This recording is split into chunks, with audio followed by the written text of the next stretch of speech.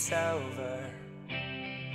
Do you need anything like I need you?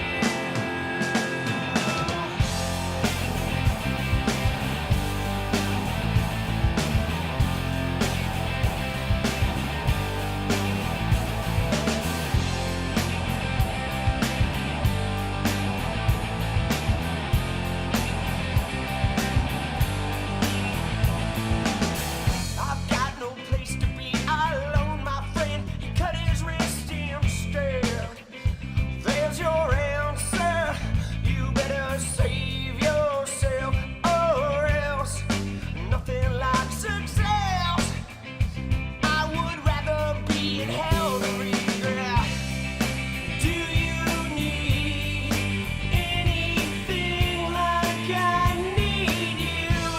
It's over. Oh, do you need anything like I need you?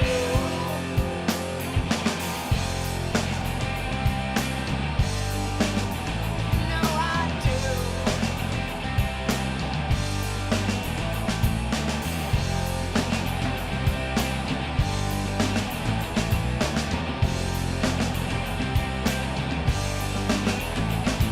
Denial.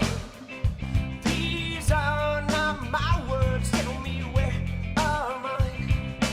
Most of the time, wet my face with reality and permit me to breathe before I do it again.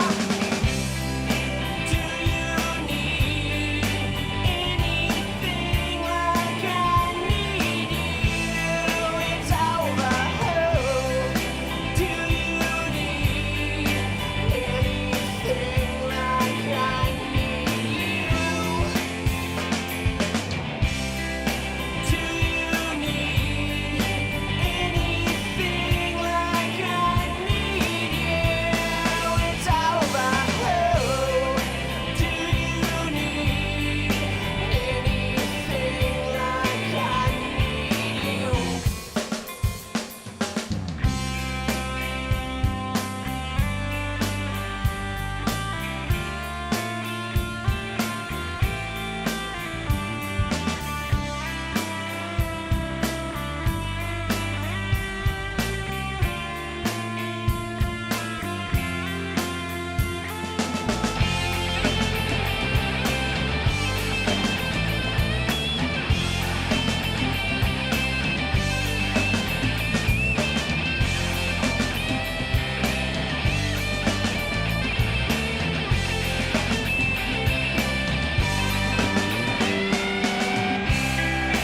Do you need anything like I need you?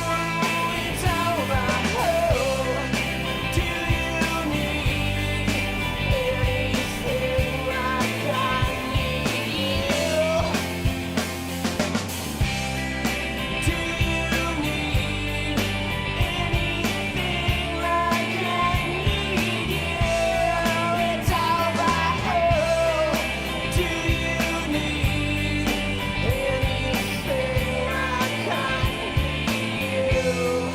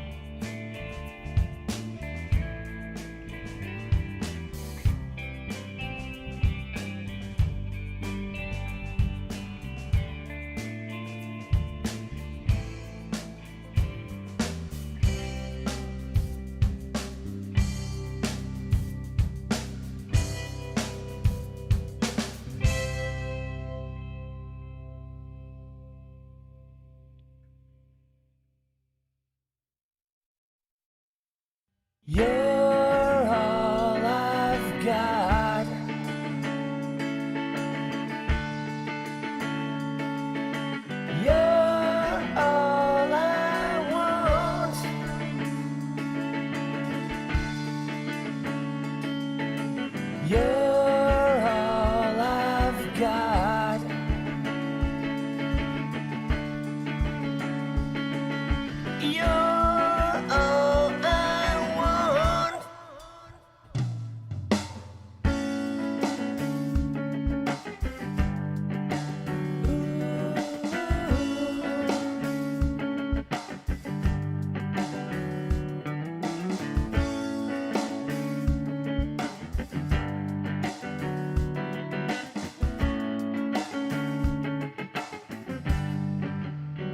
Back in the day, complications never wore my patience. I was always ready to play, play, play. Oh, I faced the day in the sunshine in LA. We hit the beach and rode the waves. I lost my balance, I was faded, faded. I was trapped and wrapped up in a scene that was never really me. Plastic lives and starry eyes, and all the freaks were left outside. So I'd look in and wonder why, where was mine? I couldn't find it, but you're all I've got.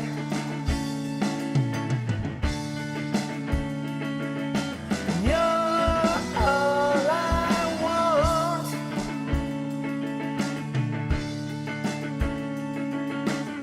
Some days it just feels like this will never be enough.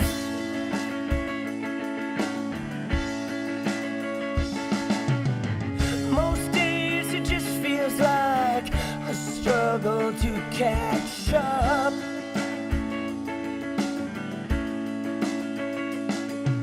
And I won't mind the day I find what a peace of mind you are. 'Cause life is a wonderful mess.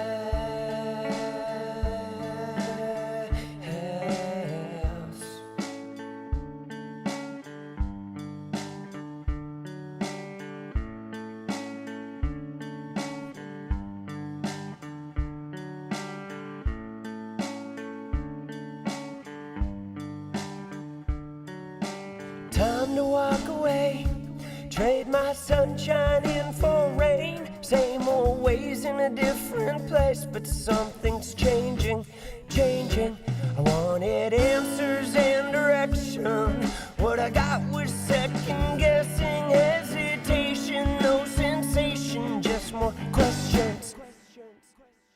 Nothing to blame for being stuck inside this frame of mind. If I can find my way, who I am, what I want, where I'm going, where I was, it's not up to you. I wish there was something you could do, but you're not me, so you can be my answers, answers, because you're all I've got.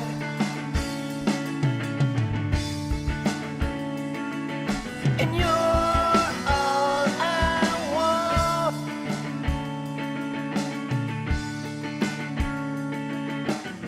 Some days it just feels like this will never be enough.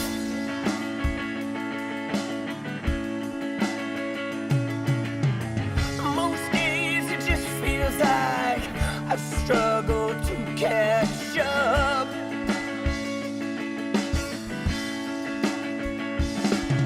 But I won't mind the day I find what a peace of mind you are.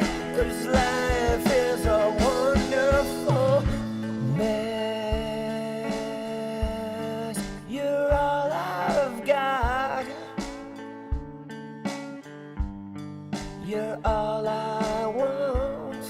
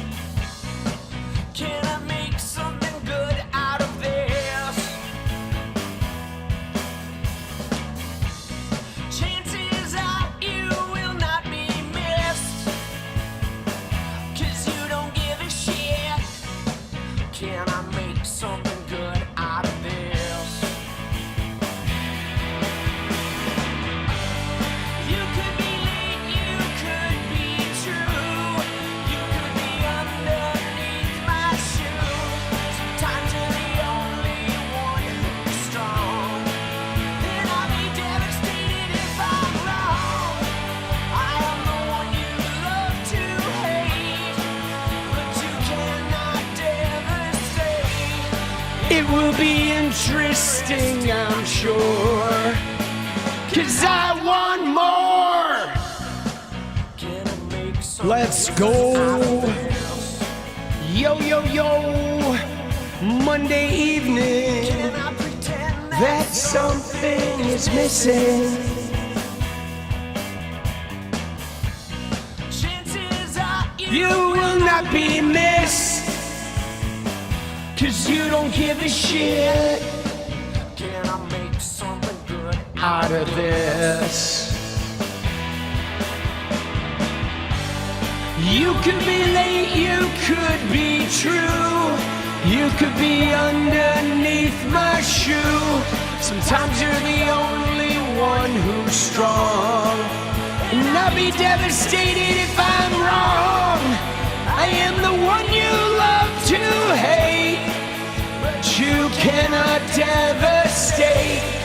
It will be interesting, I'm sure. But I want more. Yo. Yeah, come on!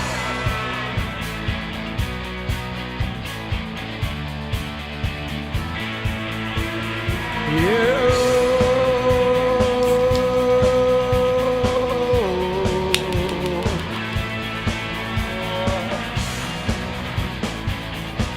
Little bit of a late start. Here we go. Hey.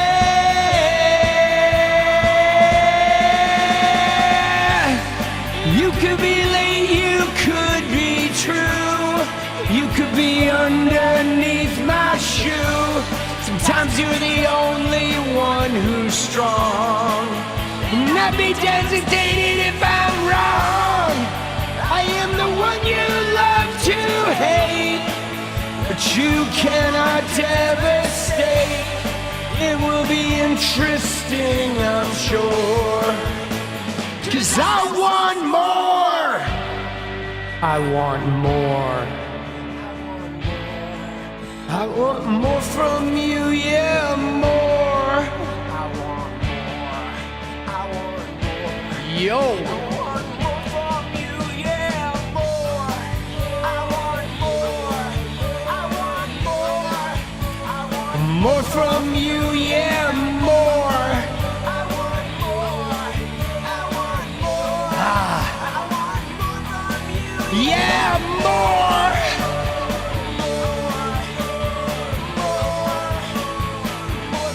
I want more. And scene. All right, dude. Yeah, I'm gonna skip the fade out. Right? Let's go, dude. How we doing? Aussie from Thailand. All right, let's go. All right, let me get my thing started here, dude. It's hot. I don't know about you guys, but it is fucking hot here in Portland. It is like cooking, bro. Absolute cookery. Oh my God. All right. Dude, absolute fucking cookery. My friends, my Romans, my countrymen. Is Barron a psycho killer? I don't know. I don't think so. I mean, he could be. I'm not gonna put anything past the Trumps, right? From just west of PDX. All right, let's go. Like, you talking like Gresham? All right, how we doing? How we doing on this fine Monday? First, dude, the Mariners game. What a game. Okay, for those of you who don't follow baseball, I'm gonna take a minute here to just set the stage for you. With the Mariners. Okay, so one of our star players is a guy named Cal Raleigh. He led the league in home runs last year. This year, he's been struggling. He had an oblique injury. He missed a bunch of time. He's not been able to hit the ball really for shit. Okay, he's had a brutal season to the point of where no one was really taking him seriously. So the Mariners are up 3-0. One of their power hitters were up, and Cincinnati decided to walk the power hitter and load the bases to face Cal Raleigh, which is the ultimate spit in the face. Like, we'd rather go against the fucking star who's been struggling all year. And Cal hit a grand slam on the first pitch, dude. Dude, he fucking leveled that shit tomorrow. Oh, my God. Dude, he leveled that shit. Like, cracked it out of the park. So that was amazing. So I was on a little bit of a high, right, watching that game. Because that was just, it's just one of those moments that's like storybook, right? Right? They disrespect this guy, and the guy comes in and fucking immediately like gets his mojo back. But yeah, dude, it is cooking here in Portland. It is like 100 degrees in my stream room, dude. I mean, I have 2 computers going in here, so this shit is pretty wild, right? Oh, dude, Caitlin Clark, she's on one. She's definitely on one. Love it. Okay, so guys, can I just tell you? All right, let's start with something fun, shall we? Okay, we're gonna start with something fun because in the world of MAGA DEI obsession, look what got announced today, guys. Look what got announced today. This is unbelievable. Look at this shit. So Lindsey Graham's sister goes on Hannity to announce that not only is she getting, like, you know, selected for the seat by the governor, she is now going to run for Lindsey Graham's seat with Trump's blessing in November.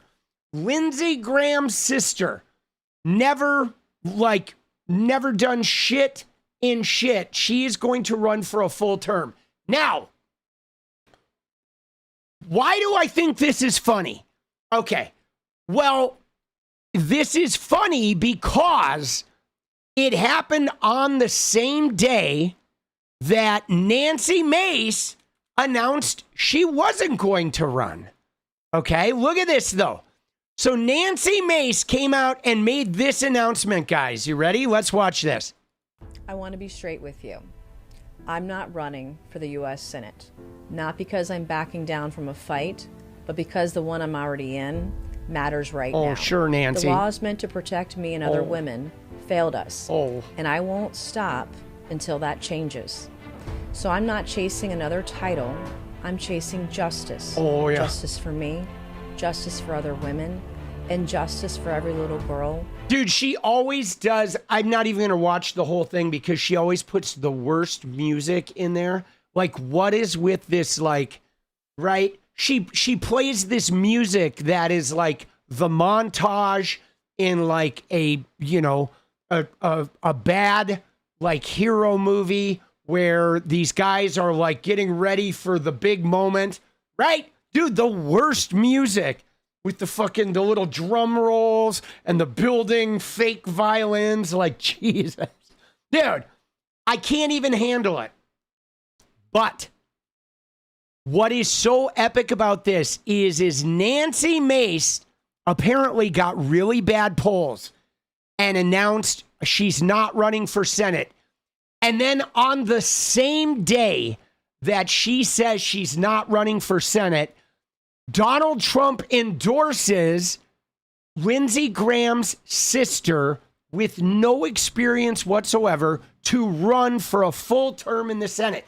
Now, why I think this is so amazing is because Nancy prostrated herself in every possible way, okay? She, like, covered for Trump in the Epstein files. She groveled for an endorsement. She bootlicked. She begged. She pleaded. She, like, blew sunshine up Trump's ass.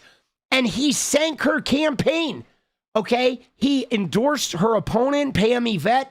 And then he even, like, basically unendorsed Pam Yvette and endorsed all of the candidates after Nancy had been knocked out of the primary. He completely shit on Nancy. And then Nancy decides not to run for Senate. And now he's endorsing an unqualified woman for the Senate. which is like the ultimate leopard eating the face moment, because you see these people who will bootlick Trump and they will like sell themselves down the river to try and beg, steal, and borrow for Trump. And then he just takes a human shit on them and abandons them in the parking lot every single time. So, right? Dude, Nancy can't get a Trump endorsement for anything. And this woman who's never done anything gets an endorsement. I continue to say I've been praying a lot, talking to my family, but with the love of my family, with the support of his staff. Oh, his staff? I know I'm a hard worker. I learned that from Lindsey. Oh. He cared about the people of this state. Oh. I've worked for almost 30 years for the people of this state. I want to talk about that in a minute. I feel like I can do it. I feel like I feel can do an it. inner peace about it. Yeah, well, you know what's funny? There, Darlene Graham, is anybody can be a Republican senator. You know why? Because Republican senators don't do nothing. They don't do nothing. They sit down around, they cry about transgender people, you talk smack about them gays, and that's about it, right? They don't really do shit about shit. Shit or shinola. So, yeah, and I mean, we hear, Darlene, that you've been managing Lindsey Graham's Grindr account for the better part of like 5 years, which makes you more than qualified to be a Republican senator. Okay? If you know how to manage, if you know your way around the Grindr app, you definitely belong in the Republican Party, in the MAGA senator home. Will it be difficult? Yes. Oh, yes. Absolutely. So you're inclined to get in, or have you even made a final decision? I've made a decision. Oh, yes. You're in. I'm in. Oh, I'll I'm continue to say I've been praying a lot. Dude, she's like, I'm in. I prayed, and dude, look at this woman. What a fucking idiot, bro.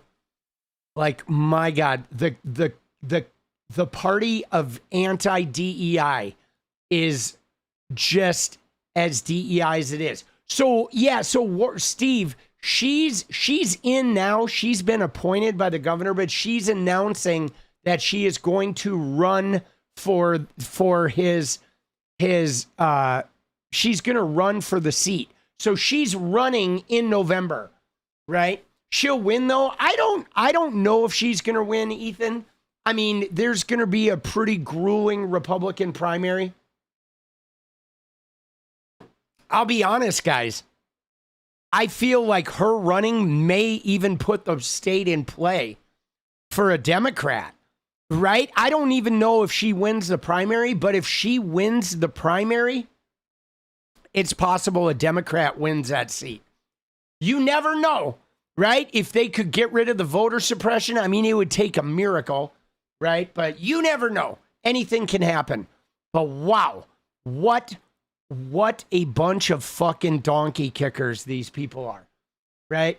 They, you know what I'm saying? They demand everybody else. Everybody else is like not qualified enough. You are fucking out of your element, this, that, or the other.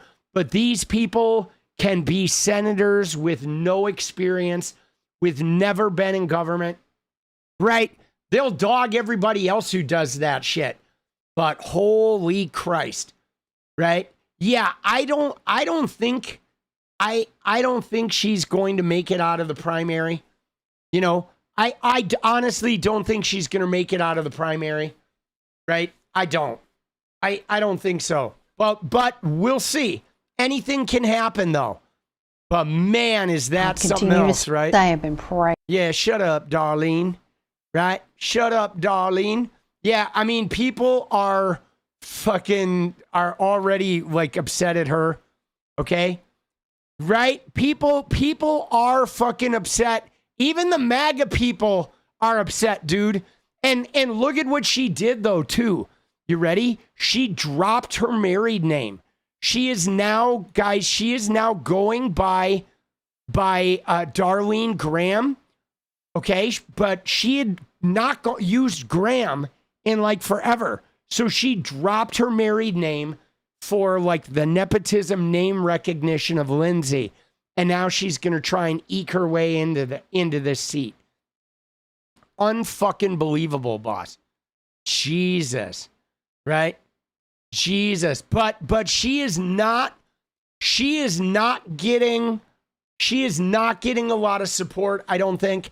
I don't know how that's going to work. Continue to say I've been praying a lot. Dude, Twitter is doing some shit now where it's like making the audio fucking like run again. Dude, the machine at work, such an idiot.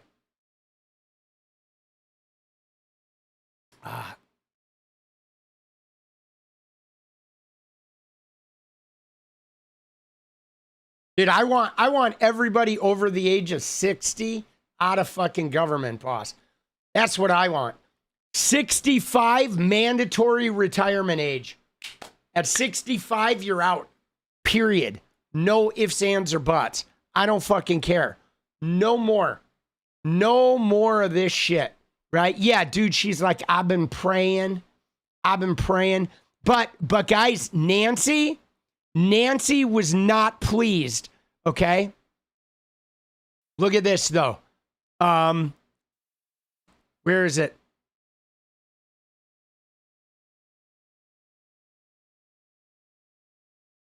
So, dude,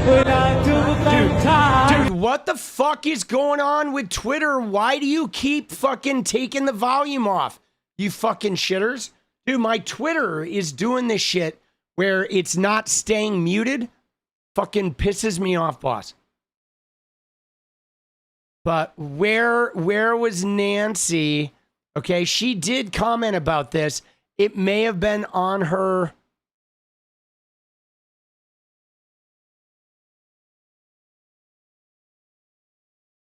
Right here, right? It says,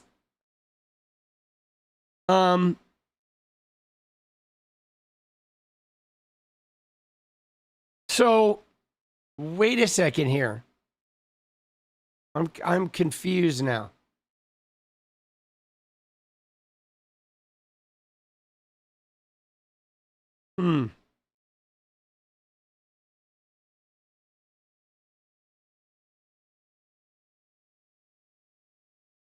Dude, she's doing her anti-trans shit.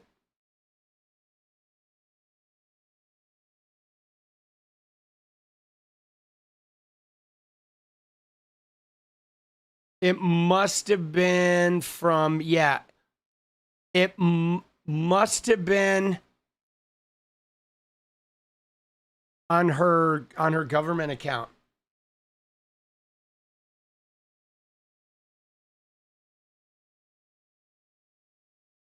Unless she deleted it.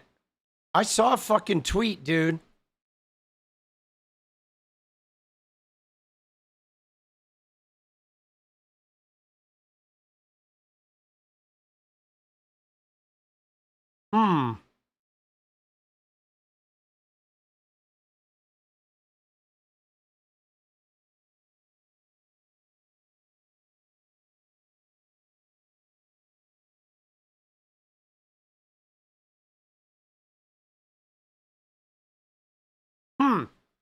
Now, dude, yeah, it is. It like Twitter is a disaster now, and I can't fucking search anything.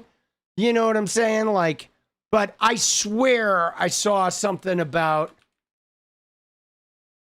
Darlene.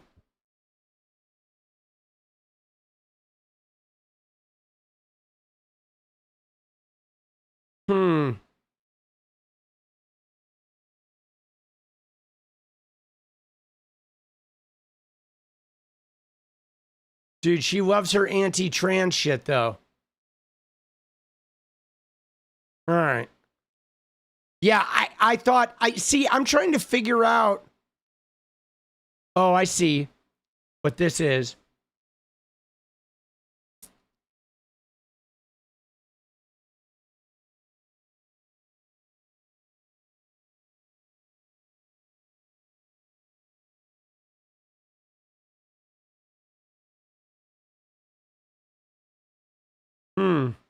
All right.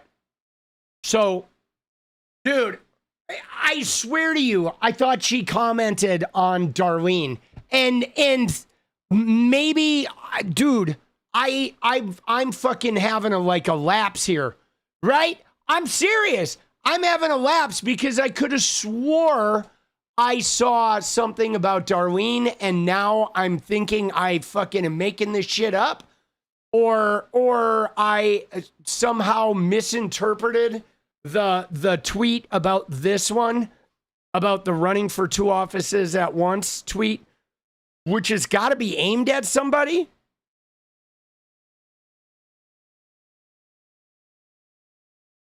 All right. But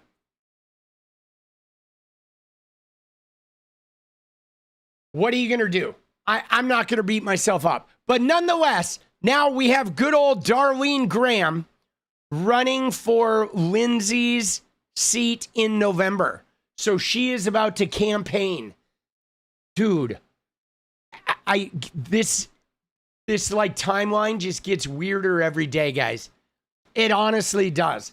It flies in the face. Dude, N-Grain, yes, boss. I talked about Cal's thing earlier at the very beginning of the stream. N-Grain, it was amazing, dude. Dude, Nancy, isn't Reddit crazy too? Yeah, but Reddit though is crazy in a much more organized way, right? Twitter is just now sort of a free-for-all of lies. Reddit has a lot of batshit stuff on it, but it's very organized in the presentation. There's threads, there's discussions, there's real, online conversations and communities. And Twitter is just sort of this free-for-all now of misinformation.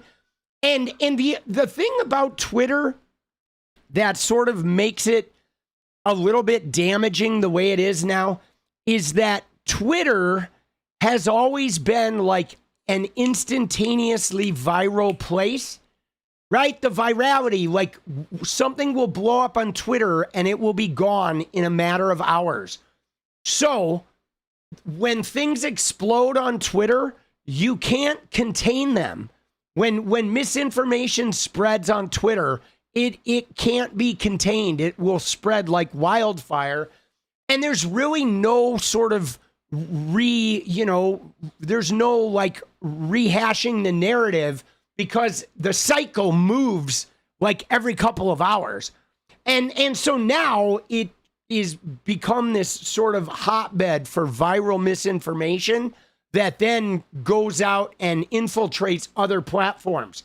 So now what'll end up happening is you will have these things on Twitter that are complete bullshit going viral, and then they will become these taken as truth entities on Reddit or on Facebook that then become part of these central conversations. And that's what's really dangerous is now you have Reddit communities that are forming around, Twitter, Twitter information that is absolutely not true at all. And so I think we're kind of I don't know, it seemed like QAnon and 4chan and shit have gone out of vogue, but I feel like they're coming back. Have you guys been getting that feeling? I feel like conspiracy theory being the central sort of political alignment is returning. The conspiracy theory is now the first sort of place everybody goes. And it doesn't even matter what side you are on the political spectrum. It's a lot of people on the left are now buying into them too. Yeah, it's crazy. But we are going to look at Tate. Right?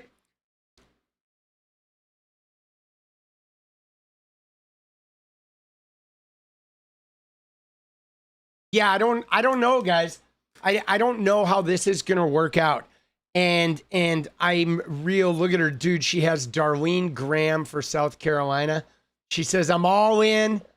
The legacy for my brother, right? Where's your fucking platform? It's just a money raising thing right now.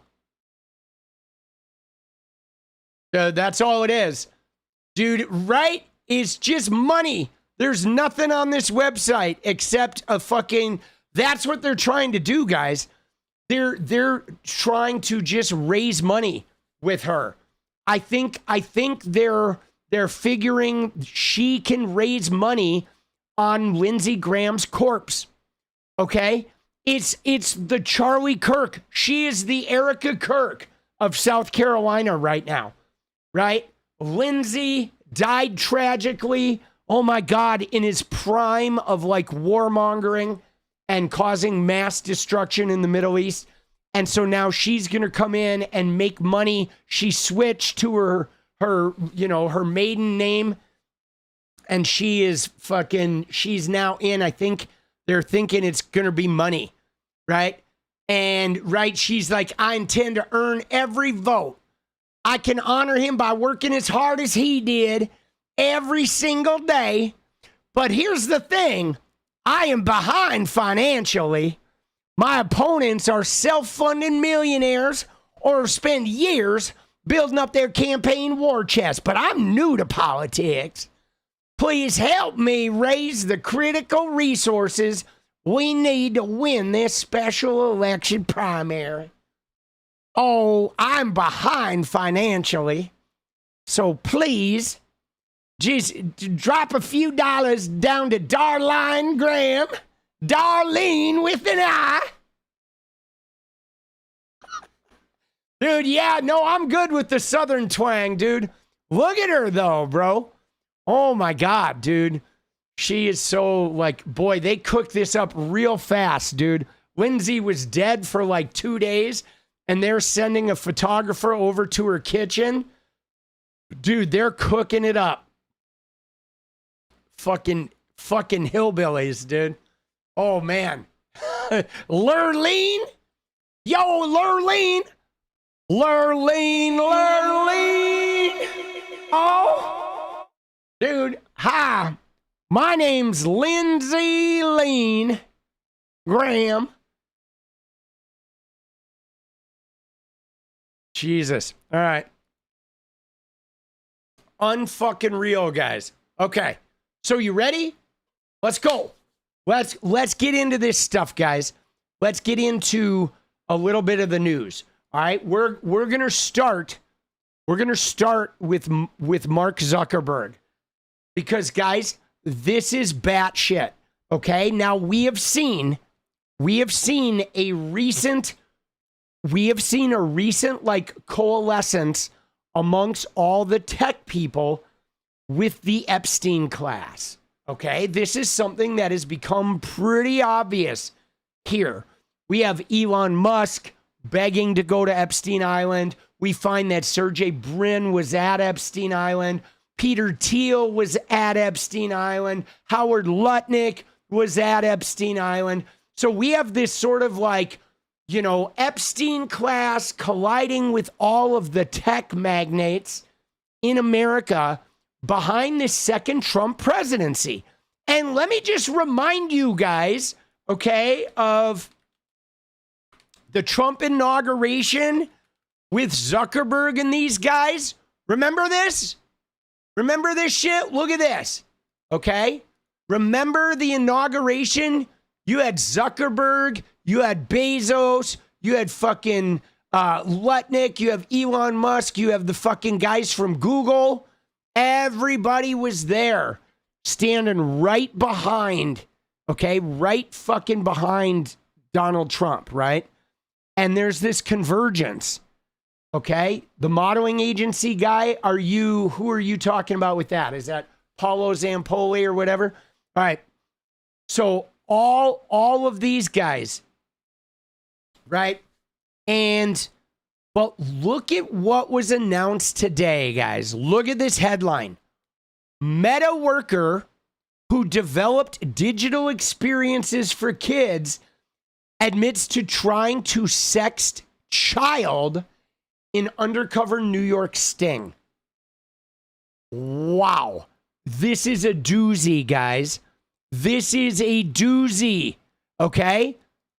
This is one of Mark Zuckerberg's assistants at Meta, a 44-year-old guy named Josh Felker. He was an engineer who was responsible for Meta's digital experiences for kids. He got arrested after he had been caught texting, illicitly with a supposed somebody he believed was 13. It was part of an undercover sting. Now, normally, guys, I don't really like these sort of pedo chasers online because I feel like they use questionable tactics in order to get clicks, in order to sort of bait people, and then they go out and make YouTube videos. A lot of those pedo chasers are weird and creepy themselves. But in this instance, I'm going to, extend a little leeway for these guys because they were actually really chasing this guy. This story is batshit. Okay? Ready? It says a New York engineer who said he created digital experiences for kids at Meta was busted after he admitted trying to sext a 13-year-old during an undercover sting. Okay? He's an engineering manager who is now on leave from Facebook's parent company. He admitted he had been grooming and sexting someone he thought was a teen during a sting by predator poachers Long Island, a vigilante group that seeks to catch would-be perps. And look at what he said, dude. He said, even though inappropriate things had already gone on, I just almost wish I could be her dad. Ew! Ew! Dude, Felker, who is married and has a small child, shockingly told a member of the group posing as his would-be victim's grandmother on the phone, according to video of the encounter set to be released on Monday. There he is, guys. Sorry, there he is. Look at that. What a fucking creeper. That is so gross, dude. Right?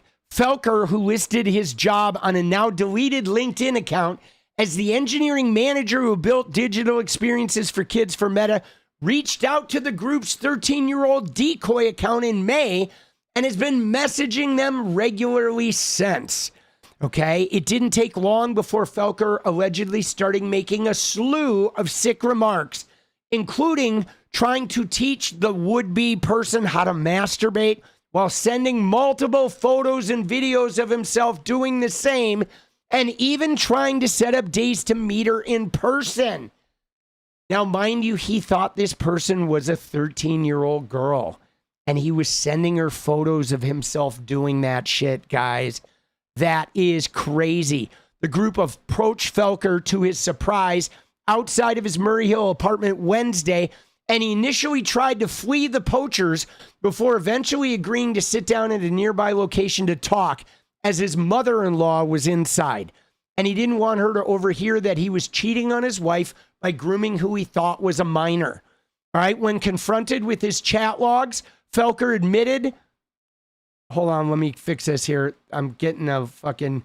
When confronted with his chat logs, Felker admitted it was him messaging who he thought was a young teen who doesn't actually exist, and detailed that this was not the first minor he's groomed. Guys, he actually admitted to, yeah, no, I've done this before. Wow. Guys, that is insane. I did this once before with another girl who was underage, he said, strangely likening the teens to any port in a storm. He actually said any port in a storm. Felker then bizarrely blamed his wife and their sexless marriage for fueling his sick perversions, which he said pushed him into the dark corners of the internet. Yo, dude, you're a fucking engineer, bro. Go to a bar. Go get drunk with an adult. Go hire a prostitute. Come on, bro. You live in New York City, man. Give me a fucking break, dude. You know what the sex industry is like in New York? Like, my God, there is no shortage. Blaming the wife. I'm sorry, guys. I've even been drugged out. I've even cheated on, women before. You don't go hang out with kids, bro. When you're mad at your girlfriend or your wife or you're not having sex, that doesn't make you go hang out and try to like groom children. Just FYI, okay? Jesus. The group's encounter with 𝗙𝗪𝗪, which was just under 2 hours long, ended with the police arriving just after he allegedly finished admitting to his sick crimes. He was arrested just blocks away from his Manhattan apartment. 𝗙𝗪𝗪 is charged with disseminating indecent material to minors, endangering the welfare of a child. He pleaded not guilty, guys. Look at this shit. He pleaded not guilty. A Meta spokesperson said 𝗙𝗪𝗪 was on leave and that they will cooperate with the investigation. How the fuck do you plead not guilty? Yo, like after all that, he admits it and then he pleads not guilty. Now, I just, this is like getting a little too crazy like often. All right? Because look at what we got here now, guys. Right? So Bradshaw, first off, all crimes, all sex crimes are power things. Okay? Every single sex crime, whether it's a rape, an SA, sexual harassment, CSA, all of that, child molestation, all of that they're all crimes of power. Okay? Every single sex crime out there is a crime of power. That's the whole thing. Okay? That's the entire thing. But look at this though, guys. We have a collection of Epstein class motherfuckers. You know what I'm saying? You have Epstein class motherfuckers, and now their employees, their engineers, the people that are creating their children's digital experiences are getting busted for this shit. Now, I would also like to point out that as it is, okay, if you look at it,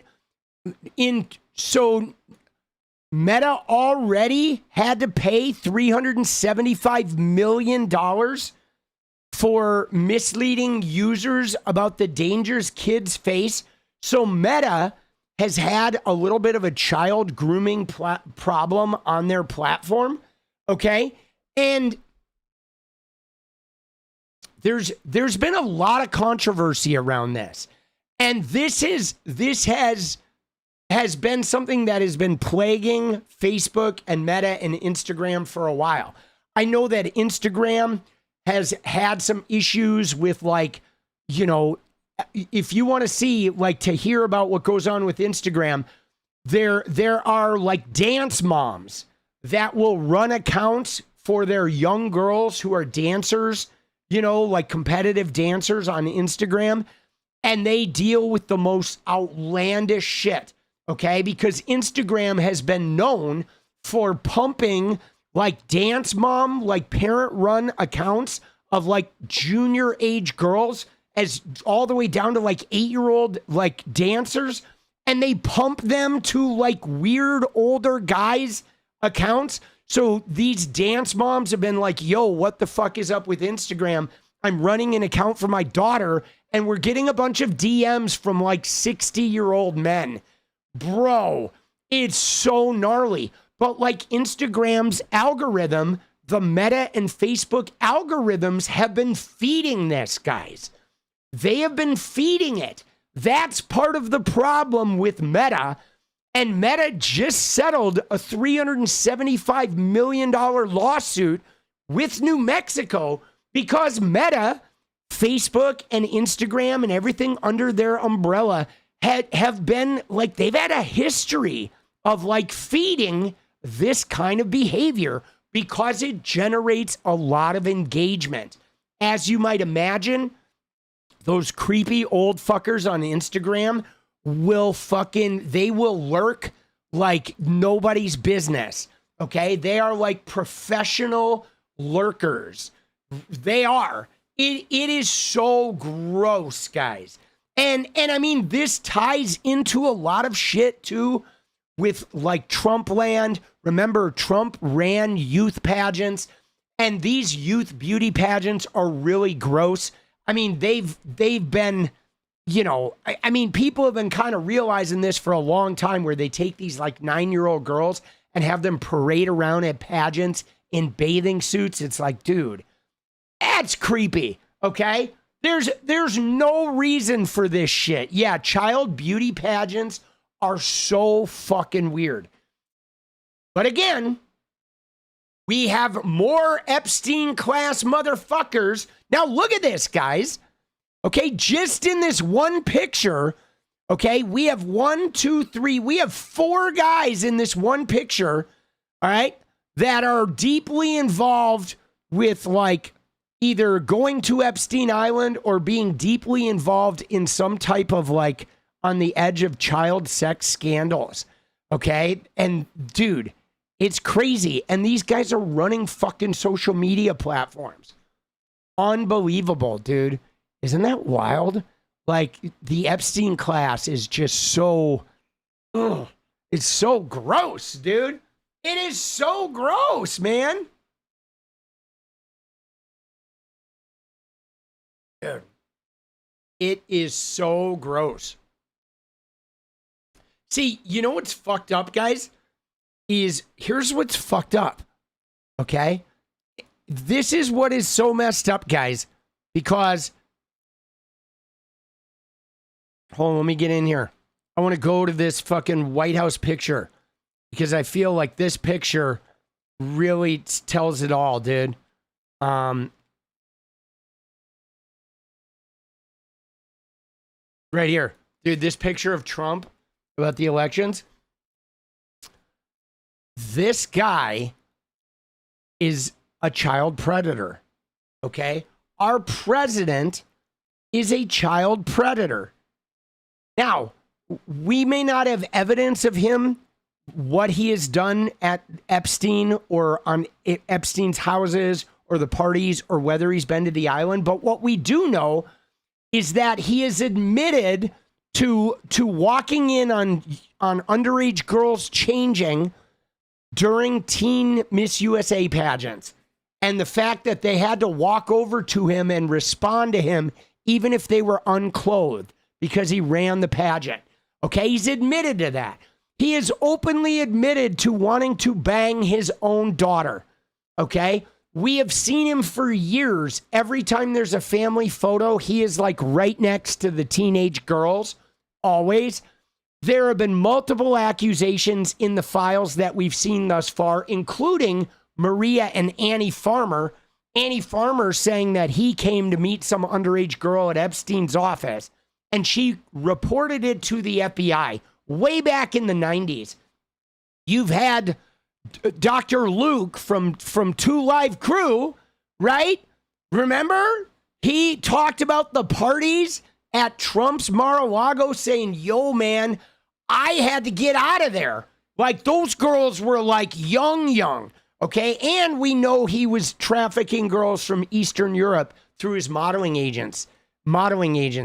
So, like, guys, this guy is literally, he is right up there with all of these, you know, creepy CSA predators that we're finding in the Republican Party. And there is like an endless number of these guys. Every day, there's like more of these guys in the Republican Party getting busted. You know, it is so crazy, right? It is so crazy. Yeah, Rowdy, just so you know, for the record, nobody ever sues, okay? Nobody ever sues about, like, you know, for the most part, they don't really sue on those types of allegations because they would be forced into discovery, right? So normally people aren't going to sue that way unless they're trying to actively thwart off a lawsuit, trying to crush somebody in court. But normally, if you make an accusation against somebody about, like, you know, that they, you know, raped your sister or whatever, nobody's going to sue you for that shit. They're not. They're not going to sue you unless it's something that is, you are like a very high level person that also has something to hide, and or it is a situation where you're going to take them to civil court and they're suing you to try and squash something. But for the most part, they're not, nobody wants to go into discovery on that shit. And especially Trump is not going to go into discovery on anything related to Epstein. I don't believe anyone in the Trump circle would do that. I know Melania has threatened lawsuits, but I would bet you money that Melania Trump will never actually sue somebody for claims about Epstein. I don't think she'd actually do it. I think she would only threaten it, trying to leverage her legal team. So gnarly, dude. So gross, bro. That shit is crazy. All right?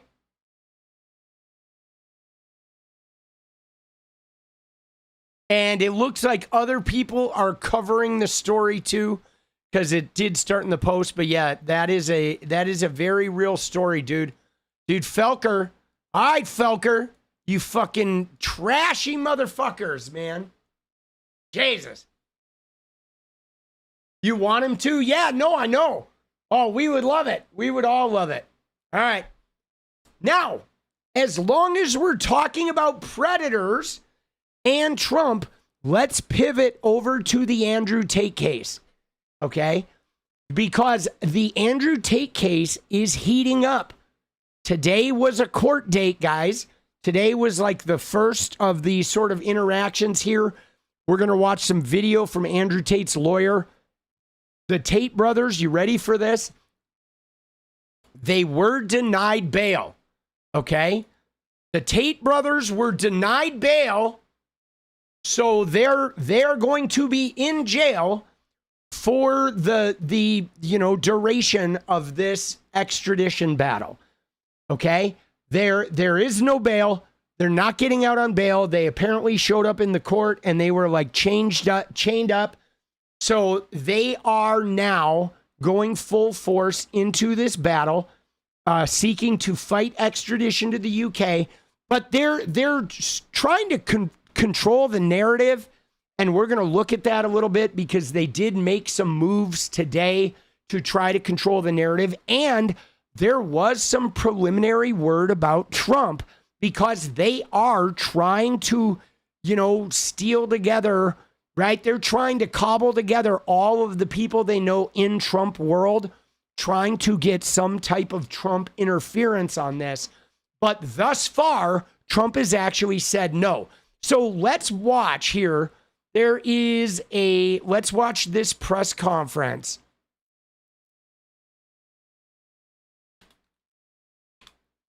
Okay, here we go. We have a press conference here. Again, this is the Justin Waller guy who took the jewelry. Here is Tate's lawyer. Dude, this lawyer is wild, boss.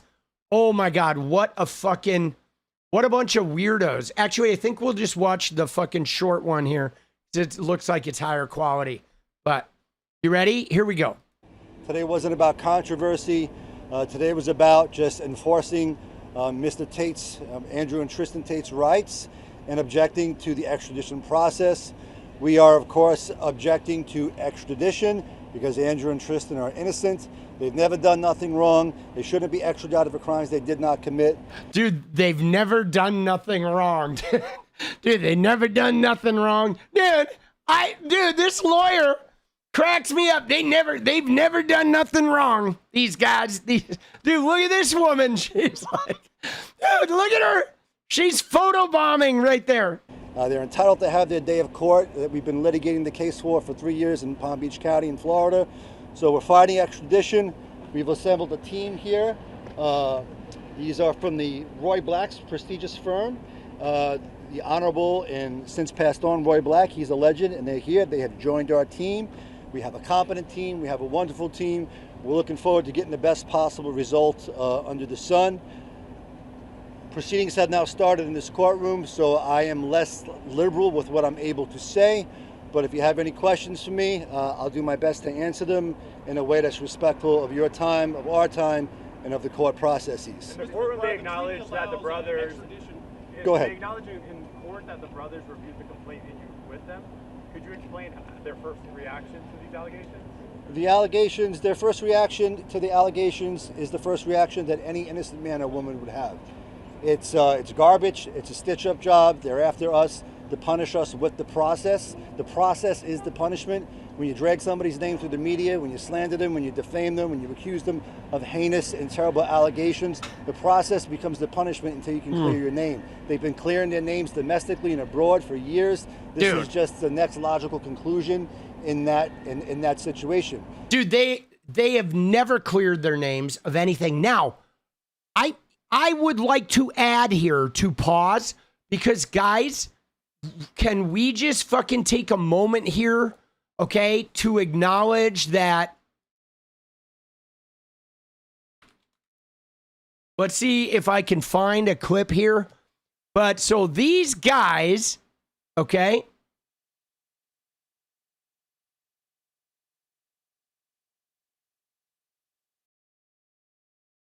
So I'm not, everything is searching up like what is, everything is fucking just searching related to what happened yesterday. But a part of the narrative, guys, hold on. You got to realize that Andrew and Tristan Tate have been running their mouths saying, you know what, guys? We want to go to the UK. We want to beat these charges, right? Remember when he started the Bruv party and he was like, you know, paying Benny Johnson to go on the Benny Johnson show? He was going to run for office in the UK.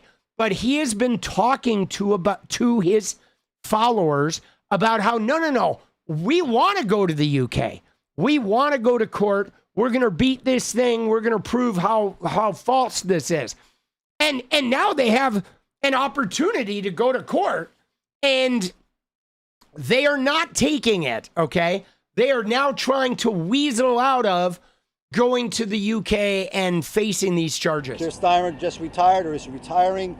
I'm sure he's mad that Andrew and Tristan Tate had a lot to do with his fall in Great Britain. And there's a new guy in there right now. But this is the last vestige of attack of a prime minister who didn't do a good job, and he continues to do bad work, and I'll just leave it there. Did you see that? Did you see what this fucking lawyer said? Talk about, like, inflated reality. This guy is basically saying he believes that 𝗙rie set up Andrew and Tristan Tate because their Bruv party caused 𝗙rie to, like, lose power, bro.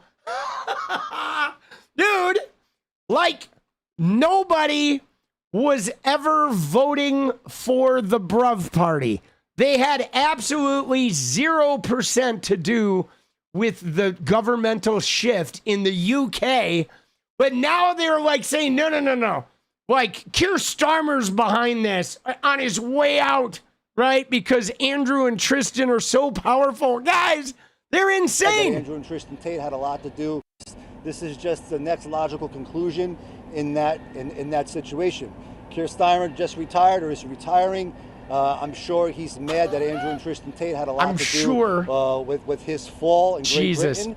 And there's a new guy in there right now. But this is the last vestige of attack of a prime minister who didn't do a good job, and he continues to do bad work, and I'll just leave it there. Innocent until proven guilty. We're going to let the court process play out here the way that it should. We're happy to be here. Mr. McBride, the U.S.-UK treaty allows an exception for extradition if the charges are politically motivated. Right. What you're saying is politically motivated? I think any one of these trees or any one of these rocks could answer that question. Yes, it's politically motivated. There's no question about it. These guys went to D.C. to exercise their First Amendment rights. They met with members of Congress as private citizens. They met with friends in Washington, D.C. They walked the grounds of the Capitol, and 3 days later, they're in the jumpsuit. You do the math. And that's the tool that you're going to use to get them free. All right, so they're basically going to try to get, right, they're going to try to get an exemption to extradition, claiming that this whole thing is politically motivated. Okay, now, at the same time, guys, okay, at the same time as this, what they did was Andrew Tate, on his main account, he released this, right? Why they arrested me. So he did some 3-hour podcast. Look at this, dude, right? With fucking assets, right? He's UK. He's writing on a whiteboard. So before he came to the US, I mean, I got to hand it to these guys for at least being thorough with their devotion to the Matrix. It looks like Andrew Tate, before he came to the US, just in case he ended up getting arrested, he made a podcast where he outlined some outlandish shit of like, they're out to get me, right? The Matrix is hunting me down. And he created some 3-hour podcast that they then released after he got arrested. He had this thing just in the tank, bro. Dude, what is this crazy shit, dude? I mean, we're not going to watch any of this, but I want to watch like the opening salvo. Andrew, 2 years ago, you and I sat in Romania for a 5-hour conversation. I opened with a quote from you that you haven't fully been able to explain until now. First, they try and cancel you. Then they put you in jail. And if that doesn't work, they kill you. Andrew Tate, what's the real reason you were canceled? And what's the real reason you were put in jail? Oh. Well, thank you for taking the time to do this, Jack. I'm not sure when this is going to see the light of day. However, a lot of the intimidation tactics against me are intensifying. And I've realized that many people at home who have witnessed parts of this story haven't seen or understood the entire story.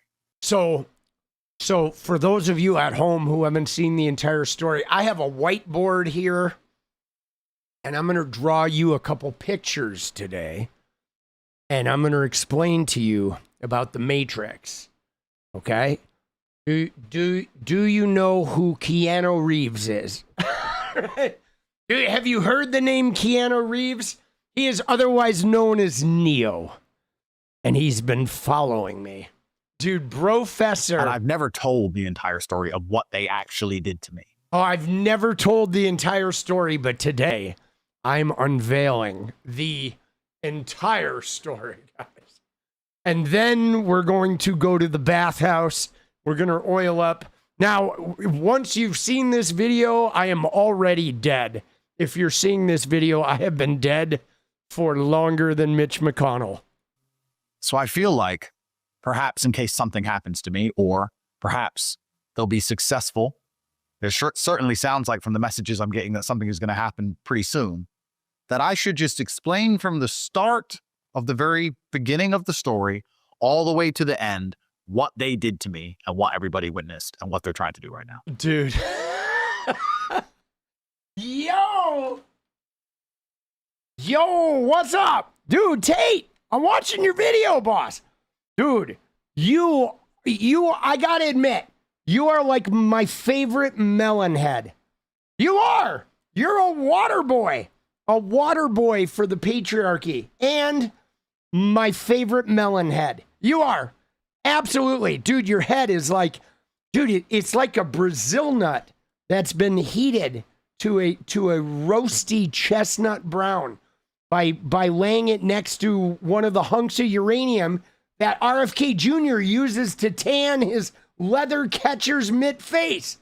Yeah, it's beautiful. Is that a skull cap?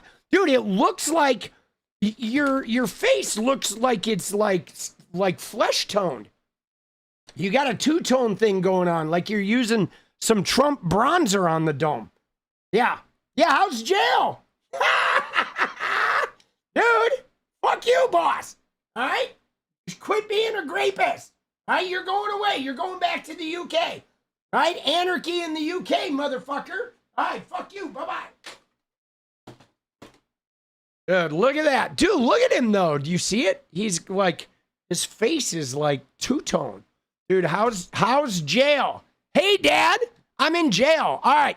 So he released this, guys. He released this today, okay? And now everybody is getting in on this, okay? Look at this. No matter what you think about the Tates, this is a political attack, and they will not face a fair trial in the UK. They have done more good for the West than our current European leaders ever will. Now, mind you, we do need to rehash here and repeat that Andrew Tate has been on the run from rape charges in the UK since the very beginning. This is why he moved to Romania. Dude, they are eating jail food. They are in jumpsuits. Elon's fucking, like Nazi girlfriend. The Iran war is costing us undeniably. Dude, Elon's Nazi girlfriend is now like full in on this, dude.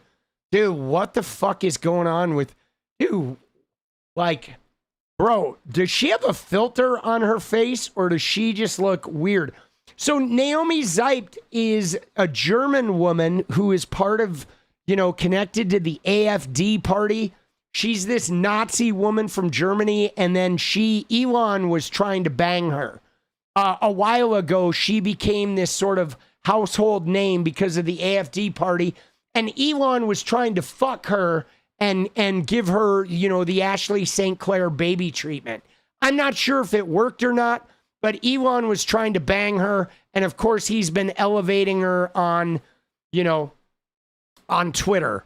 And so she's become another one of these weird, like, fucking, Stepford MAGA influencers, right? The MAGA shitfluencers.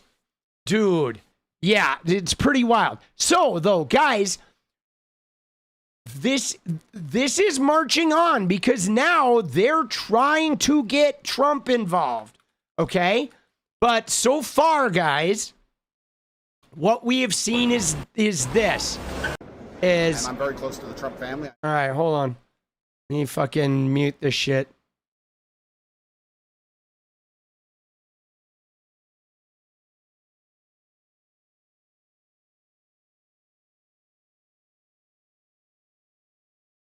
So yeah, this is pretty wild here. Okay?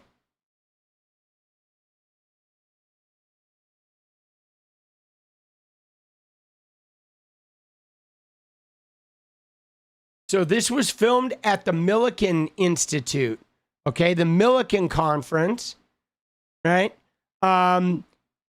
His little video, why they arrested me, right? And that the same week he filmed that video, he was hanging with Paolo Zampoli. Paolo Zampoli is Amanda Ungaro's husband, her ex-husband. That is the woman who has been outing Melania's connection to Epstein.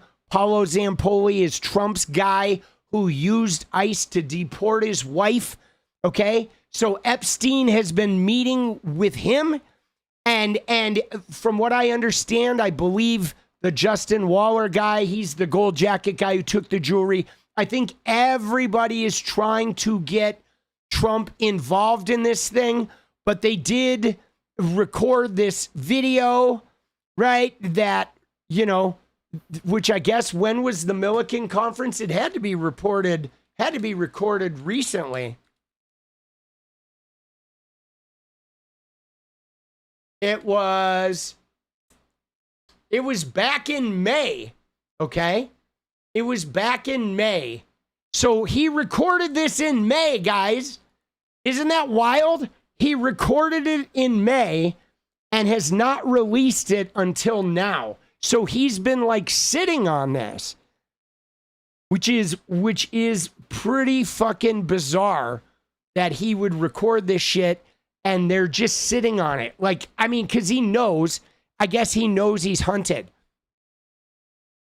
But let's look at this. So this was reported today from Christy Holmes. She is a White House correspondent, the senior White House correspondent in CNN. And she reported today, she said, as of now, President Trump is not expected to get involved in the extradition case of Andrew and Tristan Tate. Multiple sources have told her this. One source said allies of the Tate brothers had been reaching out to people in Trump's orbit in hopes of building a campaign in support of them. But as of now, Trump is not getting involved in this extradition case. Now, this is going to be interesting Okay? It is going to be interesting to see how this plays out, because I don't think this is an advantageous time for Trump to be fighting this battle, okay? Because they're already behind the 8 ball on Epstein. They are already behind you know what I'm saying? They are already sort of in the shitter with the economy. They're stuck in a war with Iran. They have, inflation. They have these tariff battles going on. There's been farm bankruptcies. We've had health scares. The price of beef has skyrocketed, right? None of the home prices have come down. They've really been taking a shellacking. Now, I personally, guys, I don't see how Trump could how Trump could interfere with this extradition hearing without it coming back to the Epstein files, right? You know what I mean? Like, I feel like he wants to get involved, but I think it's not politically expedient for him, because if he does anything here, it is going to put the spotlight on the Epstein files. Like, why is Trump helping an accused CSAM and child sex trafficker and a rapist fight extradition to the UK while hiding the Epstein files? This would not be good for him. Okay? It's not a good time. It is like the worst time. So I think Trump probably wants to be getting in there because he wants to do a solid and have the young people be like, oh yeah, Trump's helping out our guy. But I just don't think I think it would put a spotlight on way too much shit. Okay? It would put a spotlight on all of his cabinet members that are involved in crazy shit, all of the Epstein files, Yeah, it is really not like Tate may be on his own here, okay?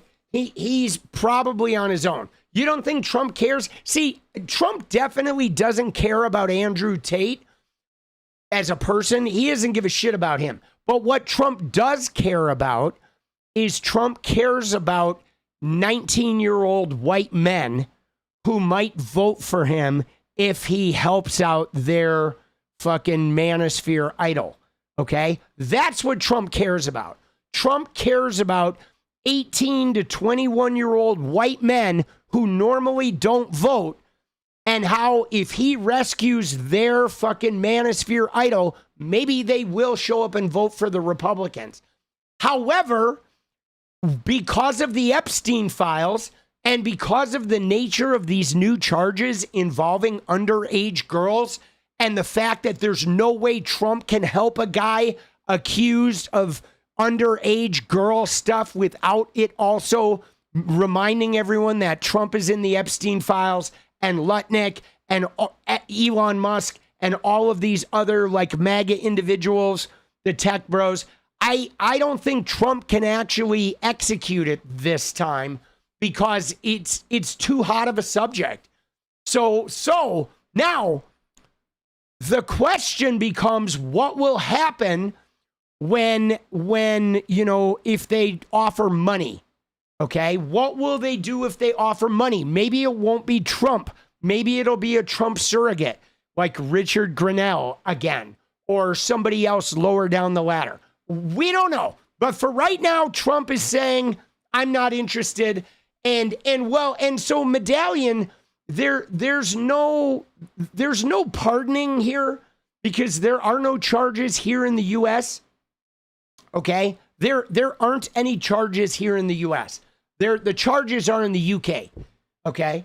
And so what's at stake here is Andrew Tate and Tristan Tate being turned over to UK authorities to stand trial in the UK. That's what it is at stake here. There's no US crime that's been committed, right?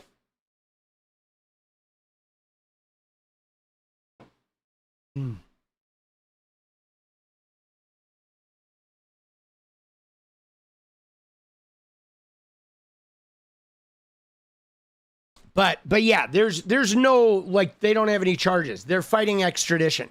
But this is going to be interesting. Let's see what this video is. I'm Heidi Blake, a staff writer at The New Yorker. For the past 9 months, I've been investigating the British-American influencer, Andrew Tate, drawing on thousands of leaked files and scores of interviews. My investigation reveals how he got rich by building a sprawling empire of online exploitation, recruiting dozens of webcam workers into what he called sexual slavery. Tate is a former kickboxer who appeared on the reality TV show Big Brother before rising to become the defining figure of the manosphere. My story for The New Yorker charts the rise of Tate's online pornography empire, from the recruitment of his very first webcam worker, a Slovakian teenager who moved to the UK to begin staging sex shows online when she was still a minor. Oh shit, guys. The following year, Tate hastily left the UK. See, this is interesting because this minor that she's talking about here is involved with the UK case. And of course, he left the UK. This is how it all started. It goes all the way back to the beginning. After being accused of rape by 3 women and relocated to Romania, where he turned the webcam business into an industrial operation, often... All right, so that's a little snippet from a New Yorker Mag article.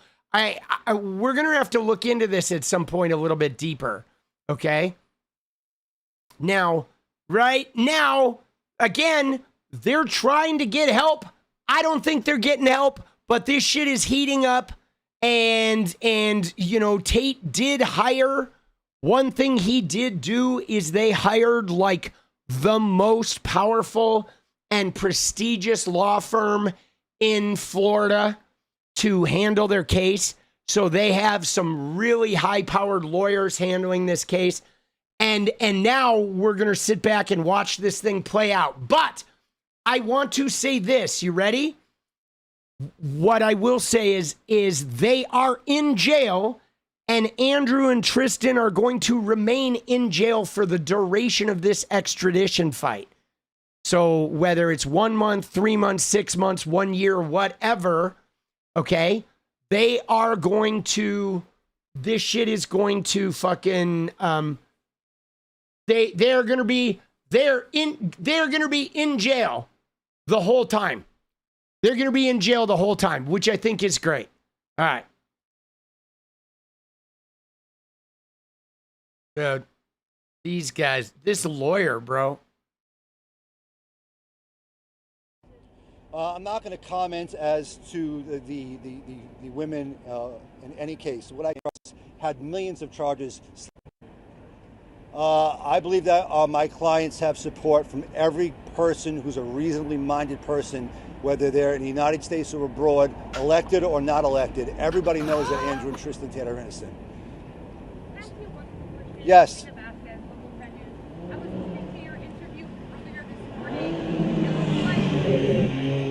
It's okay.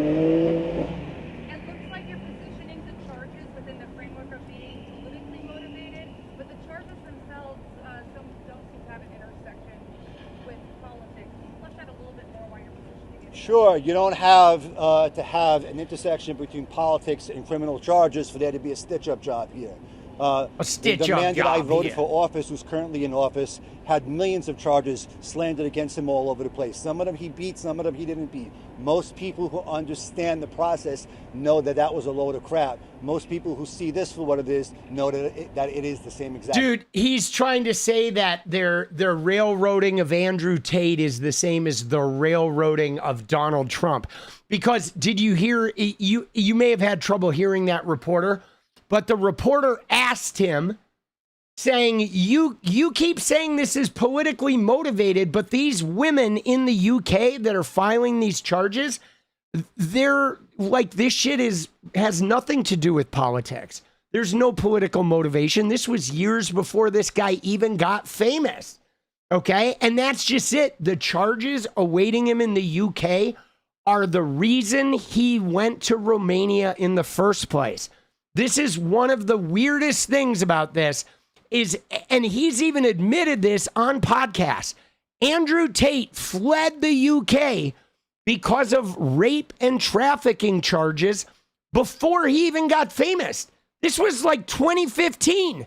And then he got famous like 3 years later after he was in Romania, 4 years later.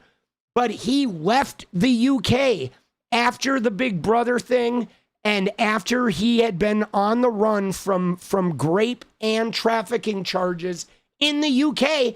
And now from that New Yorker piece, we're realizing that's where the minor comes from. I did not realize that the first girl that he cammed in the UK was a minor.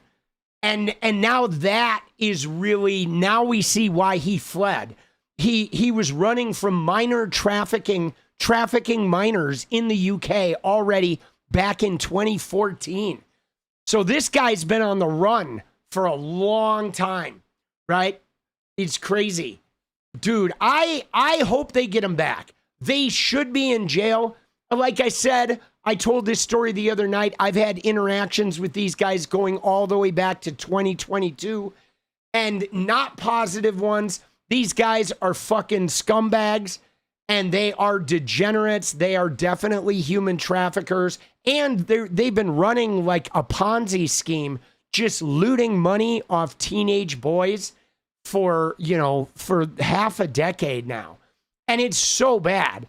They're just so scuzzy. And they've basically used this political climate and the rise of Donald Trump and, for the obviously the rise of like Charlie Kirk and TPUSA and the intersection of like male gaming culture with Republican political culture. They have been sort of like on the edge of this, feeding into this. You may have remembered the minute he got deplatformed, he went on Fox News and was like, started claiming it was a political attack connected to Trump, right? They've been sort of trying to use the Trump thing to curry favor, hoping that it will help them out. And now we're going to watch and see what happens.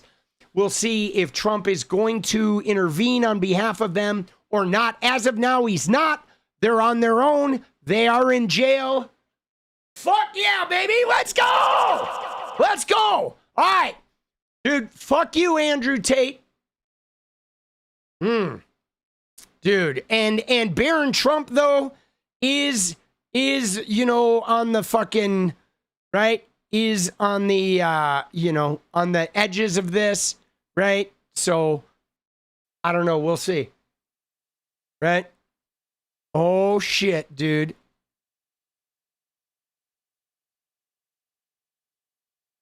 Yeah, I'm going to have to look at that, too. Let me save that. We're going to do some deep dives on this as time goes on. Now, I know. Look at this guy. I guarantee. All right. So.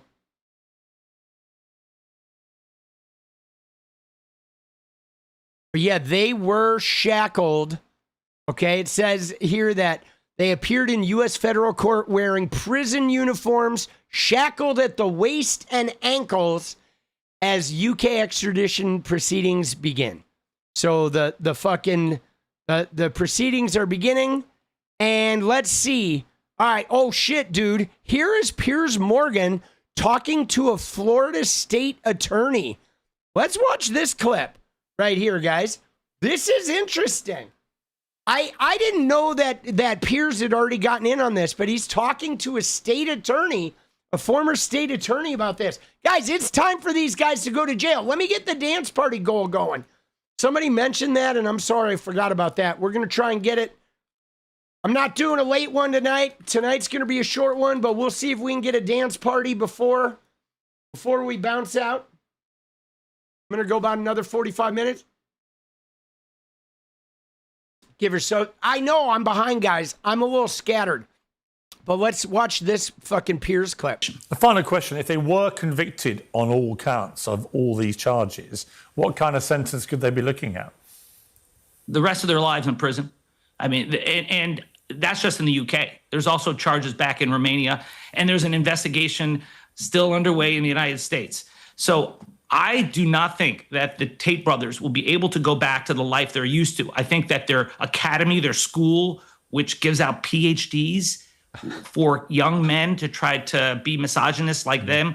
The PhD stands for pimp and hose degrees. I mean, that tells you who these people are. So I think they're facing the rest of their lives in a prison cell. The final question. All right. It wasn't about Let's one can hope, Good dude. afternoon, everyone. So, dude, one can hope, boss. All right. But they hired the law firm of Roy Black. Okay, this is something to note, guys. Right here, they hired Epstein's attorney. Okay, they hired Epstein's attorney, the law firm of Roy Black. I mean, Roy Black is gone now, but they hired Roy Black was Epstein's lawyer, and so they've hired the law firm of, you know, Epstein's former lawyer. So just so you're getting where this fits in, again, it is in the, you know, we are deeply in the Epstein class. And I did see that something about how the DOJ said it signed off on them picking up Andrew Tate. Where was it here? It is this, okay? All right. So their lawyer said in a statement Saturday he believed the arrests were green-lighted by a low-level functionary at the Justice Department without input from leadership, but the Justice Department told the Associated Press the arrests were approved by the leadership of its criminal division.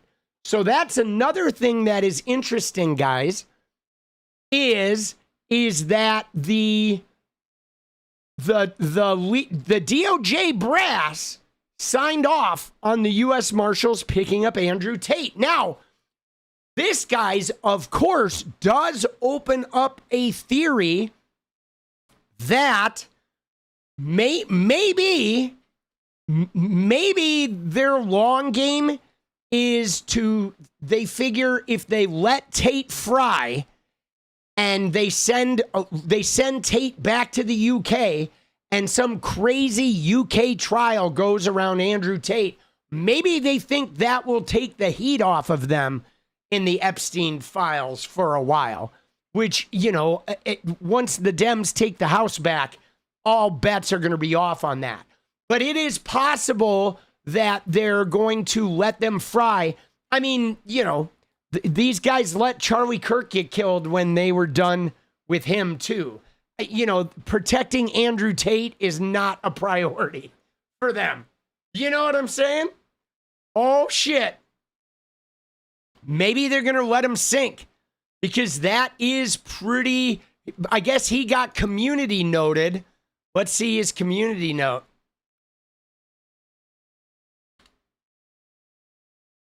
Because he posted, Andrew and Tristan are in solitary confinement.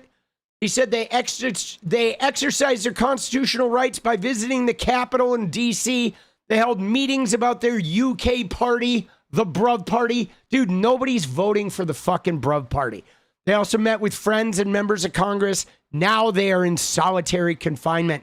They're being punished for daring to exercise their First Amendment rights. And I guess he did get community noted. All right. He said they're being hunted by a despotic UK government that wants to bury them in a foreign prison. We met with them today. They're dressed in orange jumpsuits like Al-Qaeda terrorists. 2 innocent men dressed like enemy combatants. Florida AG James 𝗙ecie𝗶𝗆𝗆, a low testosterone deep state asset who hates free speech. Dude, tweeted how the turntables, right? Celebrating the arrest of 2 innocent men because he's a sad joke of a man who can't get over the fact that we wiped the floor with him last year. Dude, the low T, baby. This is un-American and unconscionable, okay? And it says, mark my words, today it is Andrew and Tristan. Tomorrow it will be Trump. Then it will be you. Let your voices be heard. And then he got community noted. They did some shitty AI picture of these guys, right? Jesus. And then it said Andrew and Tristan Tate were arrested in Miami on a UK extradition warrant for rape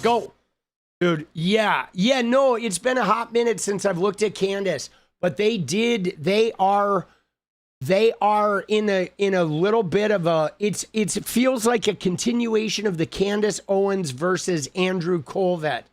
It is like the Candace versus TPUSA battle that was flaring up today on the internet. And she, of course, was covering the phone, the Andrew Tate phone, and these situations because, you know, obviously some 𝗙𝗍𝗹𝗪 and the Tates is, you know, dude, so many people are ready for these guys to go to prison. Like the Tate brothers should have been in prison a long time ago. Dude, Hillary, let's go. Let's go, guys. 19 minutes. Let's go. We're firing up. Let's get this dance party, boss. Let's go. Come on, baby. We're going to dance on the Tate gravesite. Dude, it's got to come around for these guys. Did you read the DOJ has their phones? Let's take a look at that and see if they did get it. We weren't exactly sure who, right?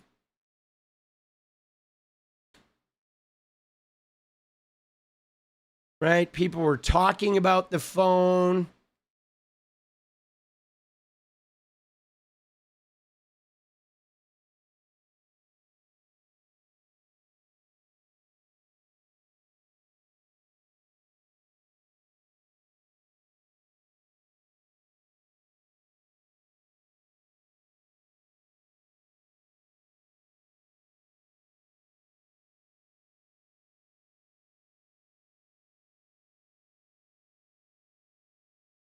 So the Telegraph was covering this.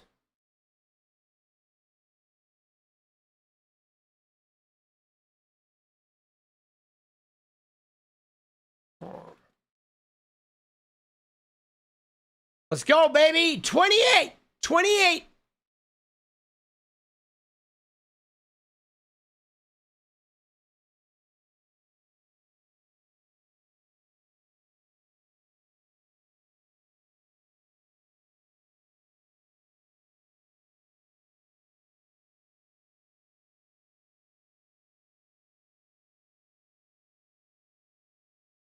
All right. Yeah, no. That shit is locked down.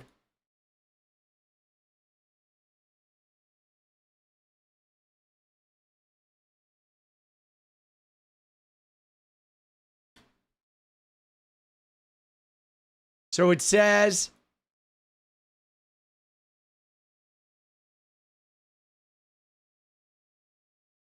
it does say that like according to some news sources, he did try to give the phone away, but apparently it did end up in the hands of law enforcement. So that is according to this AI summary. So, I mean, we know that guy grabbed it. So the Wall Street Journal has an article here. Let's go, guys. 28-16, baby. This might be the end of the road for them. Let's get a dance party on these guys. On their pine box.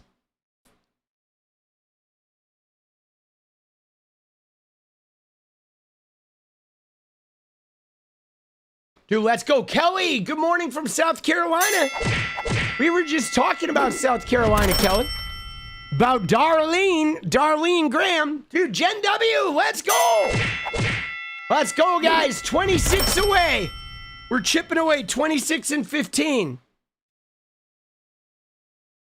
Love me? Let's go. I love you guys too. Appreciate it. So their next hearing is July 27th. So they're going to be in jail the whole time. Okay?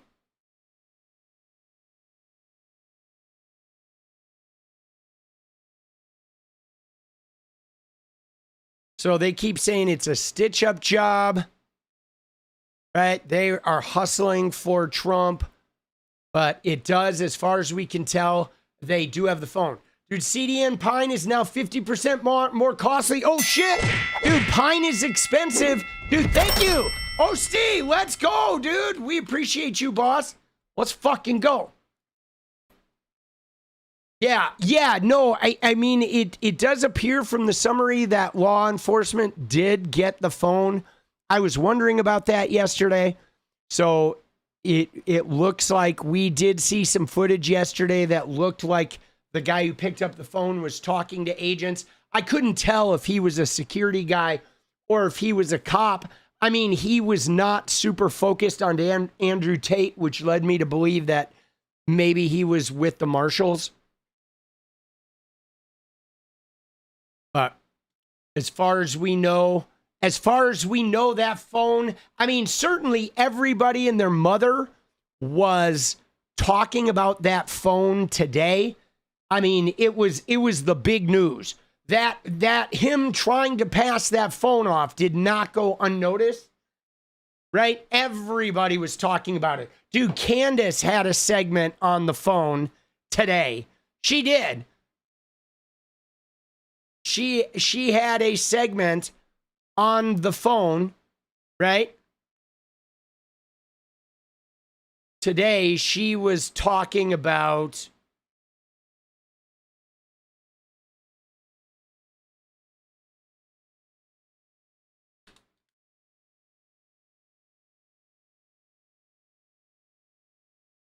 yeah, no, I know. That's why we're not exactly sure, but we'll see. AI, though, is not super reliable. But I saw something that looked where she was covering the Tate thing. I don't know where I saw it. I don't know why I didn't bookmark it. I mean, it's not important. The shit we're going to cover with Candace has nothing to do with Andrew Tate. All right? Dude, fuck you, Trumpy. Fuck a piece of shit. Ask AI how they know? Yeah. Dude, asking AI anything, though, is fucking useless. Right? So, I mean, we have not confirmed. We have not confirmed that they have the phone. But they certainly, if they don't have the phone, they're got to be aware that this phone is a hot commodity. TYT had that crazy lady reporting on Mitch on the air. Oh, you mean Desiree Jennings, aka Desiree Townsend, the Vax woman. They had the Vax, the walking backwards woman. Let's go, guys! 24-12, baby. Let's giddy up Desiree Jennings, now known as Desiree Townsend, the crazy vaccine woman. She seems perfect for TYT. Oh.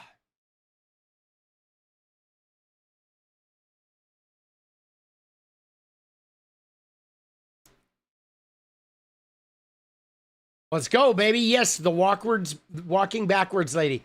Dark woke Nate, yes, you cracked that case. Let's go. Dude, we did it. We did it. 23 away, guys.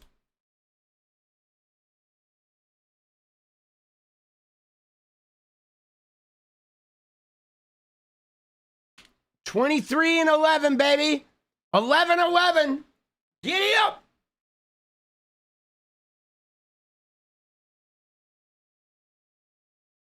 Dude, the war shit is going haywire, boss. It really is. The war. Let's get some RuPaR in here. Let's go to the RuPaR and see what we got. Fucking, dude, these guys are just crashing out, boss. The war is super problematic. Trump is trying to not talk about it. There was some new blaming, okay? There was some new blaming on Joe Biden that you may have seen or you may have not seen. There was blaming on Joe Biden and on Joe Biden and Obama connected to the war that happened today. Number one, Trump is trying to make the claim that the reason why Iran's military wasn't destroyed like Trump thought it was because they were using equipment that had been purchased with the money Obama gave them.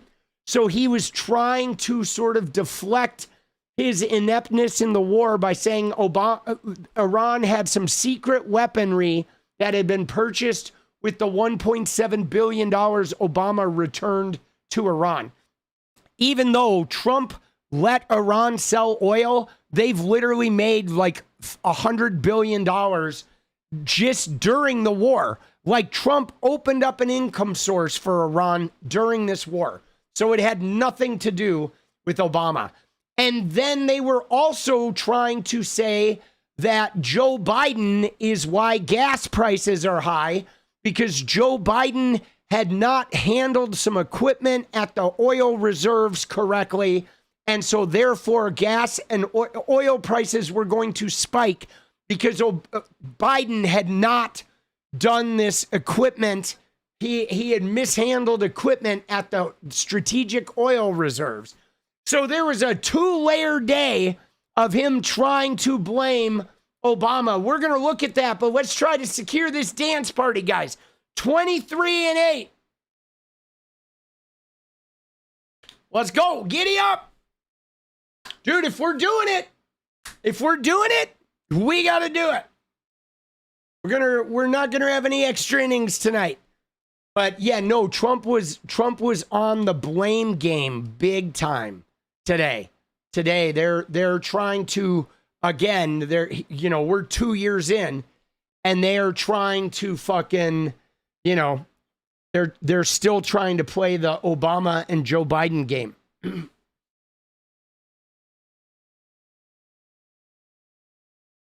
Dude, it's like never-ending bullshit with these guys. I'm serious.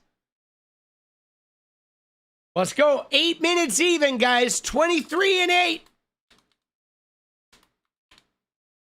Giddy up. Giddy up. When you win the lottery, let's go. All right. Let's see. Here we go. So this was part 1 of the day, right?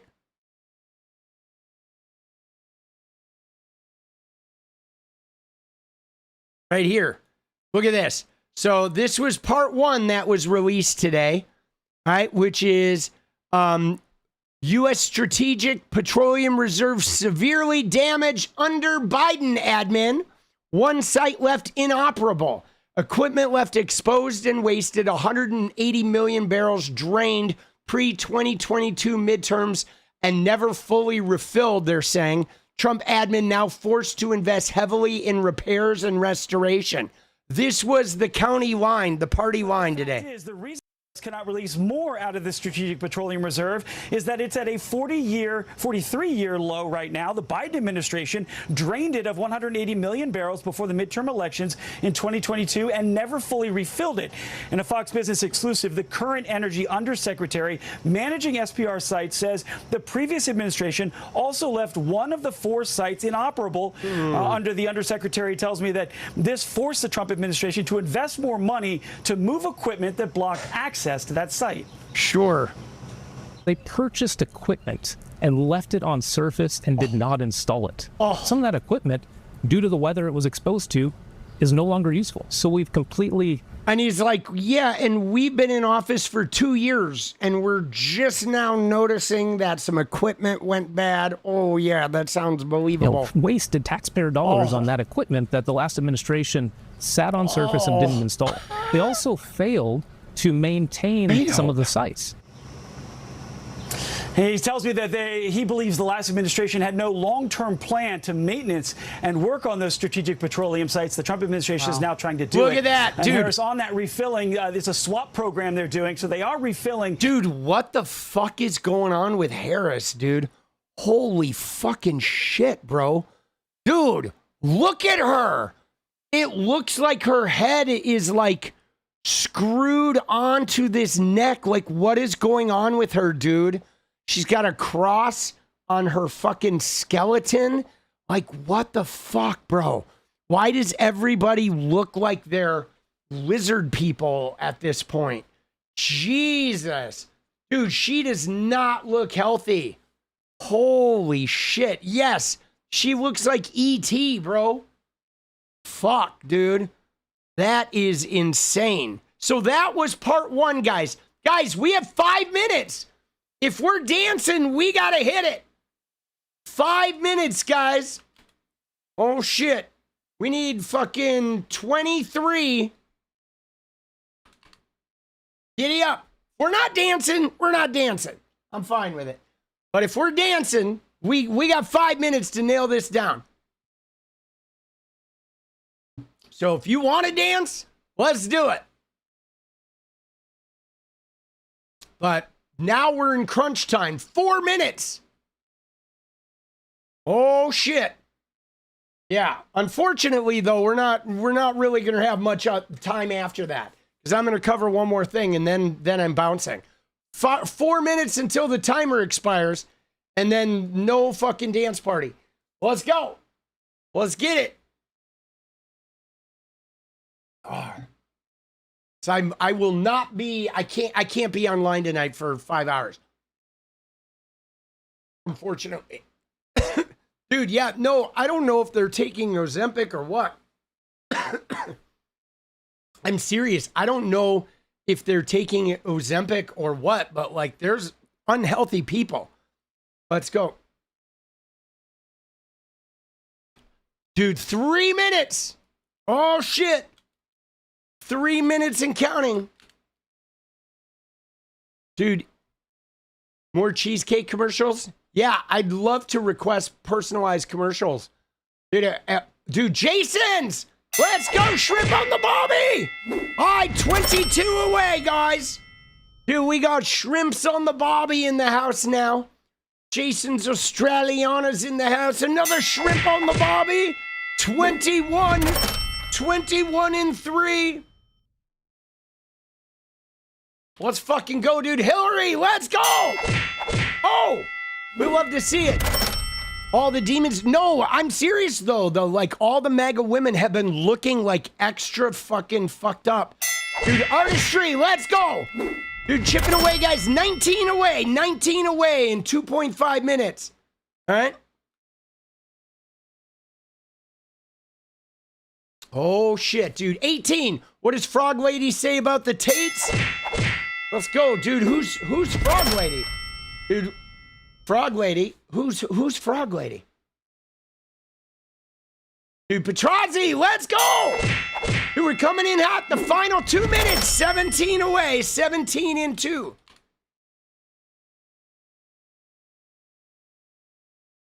Oh. There we go. Dude, yeah, no, people are like extra fucked up, guys. They're like, the MAGA women are extra like, I don't know, dude. I don't know if it's Ozempic or if they're taking like GLP-1 or what they're doing. 1.5 minutes, baby. 17.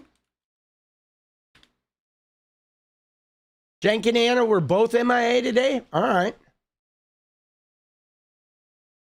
Oh, no. Now I know who you're talking about. You're talking about the woman that jumps in her hallway, right? That fucking Missy or whatever her name is. Dude, Aussie with the shrimp on the bobby. Now I know who you're talking about. You're talking about that Missy woman. Yeah, I have not looked at her content since making that video. Nor do I think will I ever. Dude, 16. Let's go, dude. Kim, let's go. 15 away, guys. All right, we're in the final minute. We got a long way to go. Holy shit, dude. 15 in 1 minute. This is it.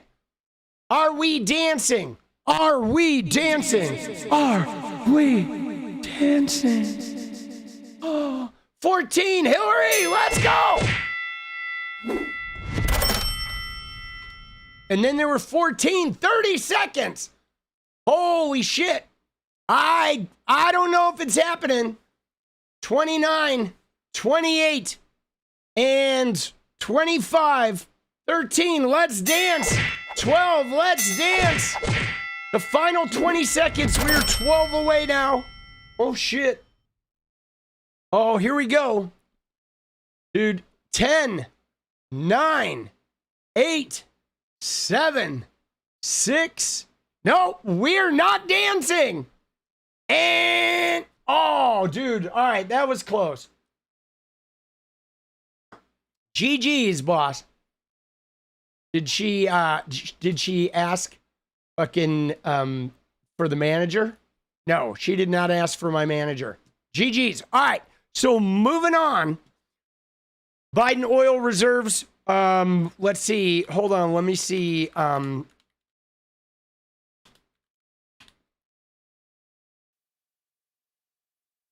What do we got here? Where was it? Missy the Frog Girl? Yeah, no, dude, she's fucking crazy. Where was it? Where Trump was talking about Iran. He was...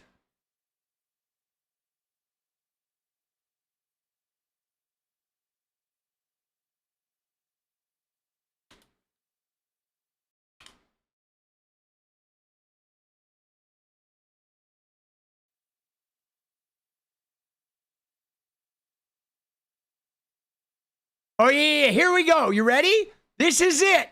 This is the clip I was looking for. All right, so we'll try to get those remaining 12, guys. We'll see what we can do. We'll give it one more spin for 15 minutes before we bounce.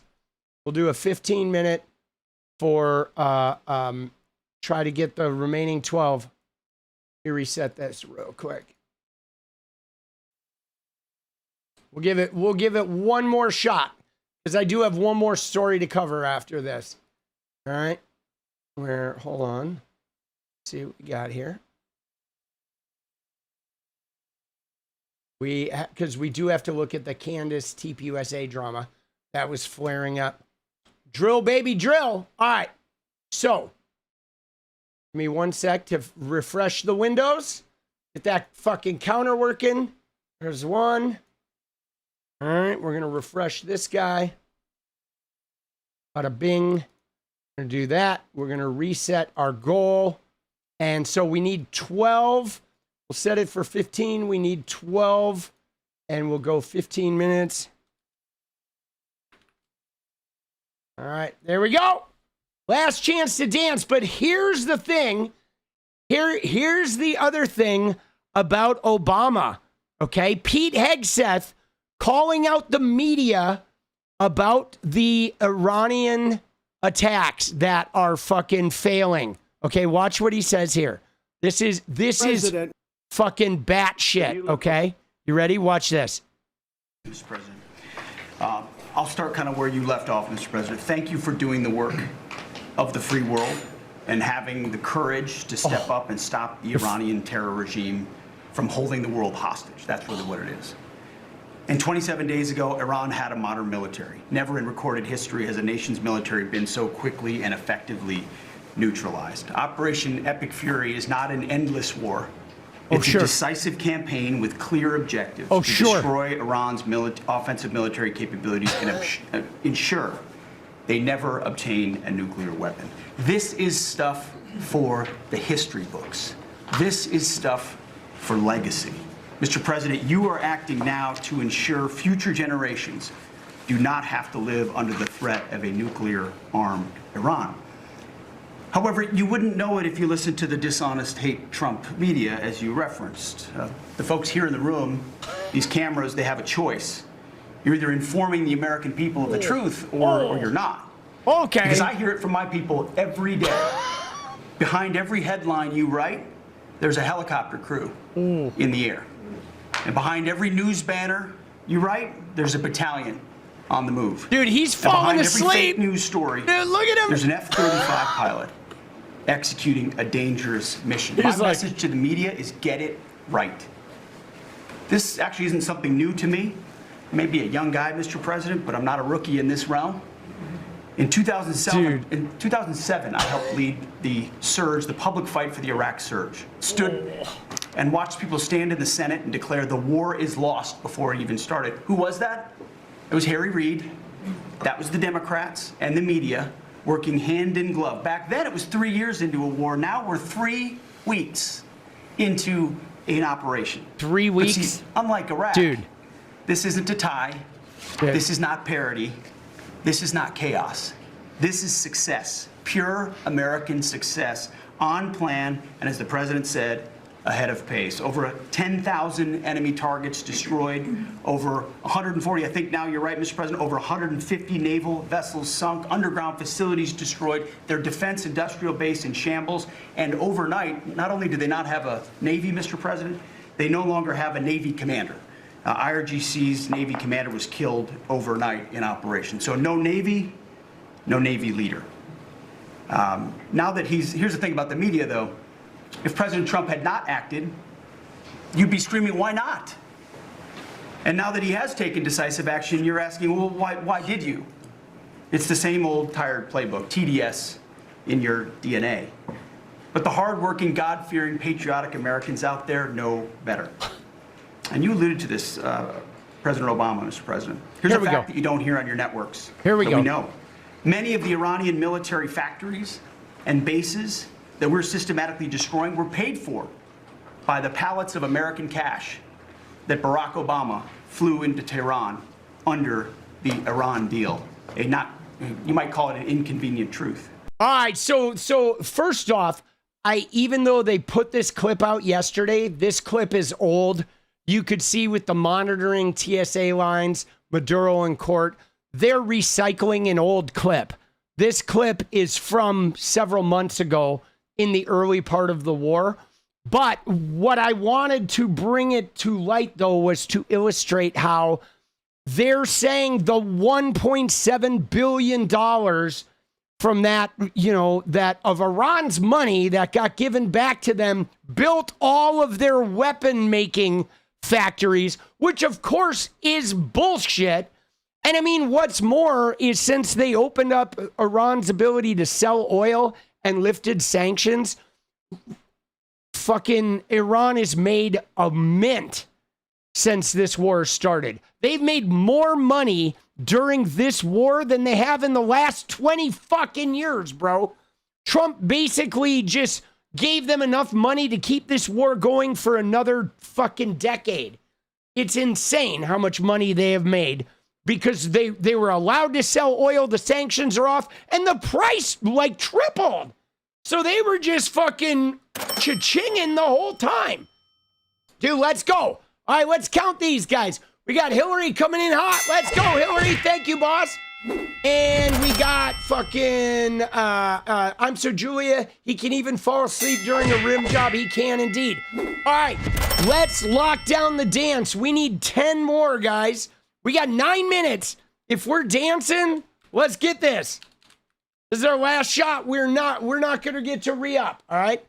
This is our last shot. I'm going to ready the Candace and Andrew 𝗙cie𝗶𝗃 shit. But yeah, so they're still blaming, okay? They are still fucking blaming, dude. Right? It is like we're 2 years in and they're still blaming. Dude, Jason's! Straliano, let's go! 9 away, guys. Let's get it. Shrimp on the Barbie. Dark work, Nate. We need Paula to a rally. Let's go. Dude, Jason's another shrimp on the Barbie. Hey! Sakatada, Paula. Let's fucking go, baby. Dude, Sam Gilbert. Let's go. Coming in hot. All right, so we're 6 away, guys. Dude, 5 away. Let's go, Shin. Oh! 4 away, dude. Austin. Barack Hussein Obama. It sounds familiar. The Hussein part sounds really familiar. I feel like I have heard of that. Oh, shit, dude. Dude, let's go. All right, guys. Fucking 5 away, baby. No, 4 away. 4 away. You blame peanuts? Let's go. And then there were 4, dude. We are fucking dancing. We're not taking no for an answer. Let's go. Giddy up, dude. Dude, he loves saying the Hussein part, right? He really does, dude. He loves the Barack Hussein. Jesus. Dude, what the fuck, bro? Dude, this is pissing me off, boss. Twitter, like all day, Twitter has been like auto playing. Even if you turn the volume out, it auto plays the fucking volume. And it's not supposed to be doing that on desktop. Dude, that shit is really making me mad. Dude, Laura, let's go. We love you. Let's go. We love you too, Laura. Appreciate that, guys. 3 away. Let's go. Giddy up. And then there were 3, 7 minutes. Dude, fuck Dubai, man. I mean, I get it. It's all schmancy looking, but like, dude, Dude, I'm not spending any money. I would not go to Dubai. I don't like the human rights abuses in the Middle East, dude. I don't.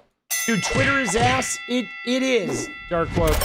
It's definitely fucking, it is hit and miss, all right? Here we go. 2 left, guys. They do, man. Dude, the Middle East, it's like their treatment of like their human rights violations and their treatment of women. I'm just not okay with it. I mean, it seems beautiful there, but I'm not going to fucking spend my money there. Dude, I don't even want to spend my money. Like, I won't even spend money in red states. I'm serious. Dude, I mean, I'm going to New York City, but other than that, I'm not really traveling anywhere that is, I'm not spending money in red states. And I'm not spending the only money I would spend in a red state. I'll be honest with you. The only money I would spend in a red state right now would be like, I would go to Disney World. Okay. That I would do. I would go support Disney in their battle against Florida. But other than that, I'm not spending a goddamn dime in a red state, dude. All right. 2 away, guys. Let's go. Let's giddy up. You have zero desire. See, I would love to visit the Middle East because it's like beautiful. I mean, it's like the desert, the cities, the technology. It is really an extraordinarily beautiful space. But I'm not going to spend my money in that kind of fucking human rights environment. But there's just a lot of there's a lot of classic architecture mixed with futuristic shit. It's just too bad. What are they, if they offered me $1 million? I mean, if somebody gave me $1 million, I would then I would take the hit, of course, because that would be an investment for my family. But all right, guys, 4 minutes. Let's go. This is it. 2 away, baby. Giddy up, giddy up. 1 away. Let's go. Dude, Disney made fake news to begin 𝗙𝗆𝗆. All right, dude, 𝗙𝗍cie, M&K Fortnite players are the worst. Let's go. Dude, we got it. Let's go. We hit it. Now, if you want to get those last 3 as a stretch goal, you can, but we have hit the dance party. So we're good. I'm going to fucking move on. But if you want to fucking clear that shit, we can. But otherwise, we're good to go. All right, moving on. Let's look at Candace. Let's look at Candace Owens. And fucking, dude, you don't like those mouse and keyboard players? Let's go. Is that a thing people do? Not going to red states? What do you mean? I mean, for me, like, I'm sort of like keeping a lot of spending just under wraps during the fucking Trump economy. I don't really want to fucking invest a lot. Oh, look at that artist rendition of these guys. Let's go, dude. Dude, I want these guys in fucking prison, bro. In prison. Huh? Artistry, I said, if somebody offered me $1 million, of course I would go to Dubai. Somebody gave me $1 million for my family, I would do just about anything. Like, that would be stupid, right? Be able to take care of my family for fucking decades, right? You know what I mean? Like, of course. But I mean, it's stupid to say that though, because that shit never happens. You know what I mean? But I had said that, so you apparently weren't listening, because I did say that, yes, for $1 million, I will go to Dubai. Because, I mean, you'd be stupid not to, right? I'll take, anything that's not compromising my fucking, like endangering me with the law or whatever. Dude, like, if I can get $1 million secured to help my kid, like, I will put my values in the fucking back seat. You know what I'm saying? I mean, I'm not going to commit any crimes, but like, as far as like my fucking personal stands like that, dude, I'd vote for the biggest AIPAC candidate. I'd vote for Haley Stevens for $1 million, boss. You know what I'm saying? Like, give me a break in 2 seconds. Right? I mean, it's for your kid. Come on now. You'd be fucking stupid not to. All right. Let's go. Seriously. All right. Where is it here? All right. So here we go. Oh, shit, dude. All right. Dude, this is wild, guys. Okay? Like, again, we have... Dude, these guys... So, one of the things... You may get this too, okay? You guys may experience this too. Well, one of the things that I notice on a recurring basis when we look at this like MAGA civil war shit is how petty these guys are. Okay? They are so petty. They are so petty. They're like their squabbles and their fights are usually rooted in like ego skirmishes and trying to like one up each other. They're like, rarely are they ever fighting about something that is like real and valuable even to their causes. Like most of the MAGA civil wars are ego battles. And it's kind of amazing because they will self-destruct their shit just to like not give in to have like some sort of ego-driven battle with another member of this thing. They will literally burn this shit to the ground.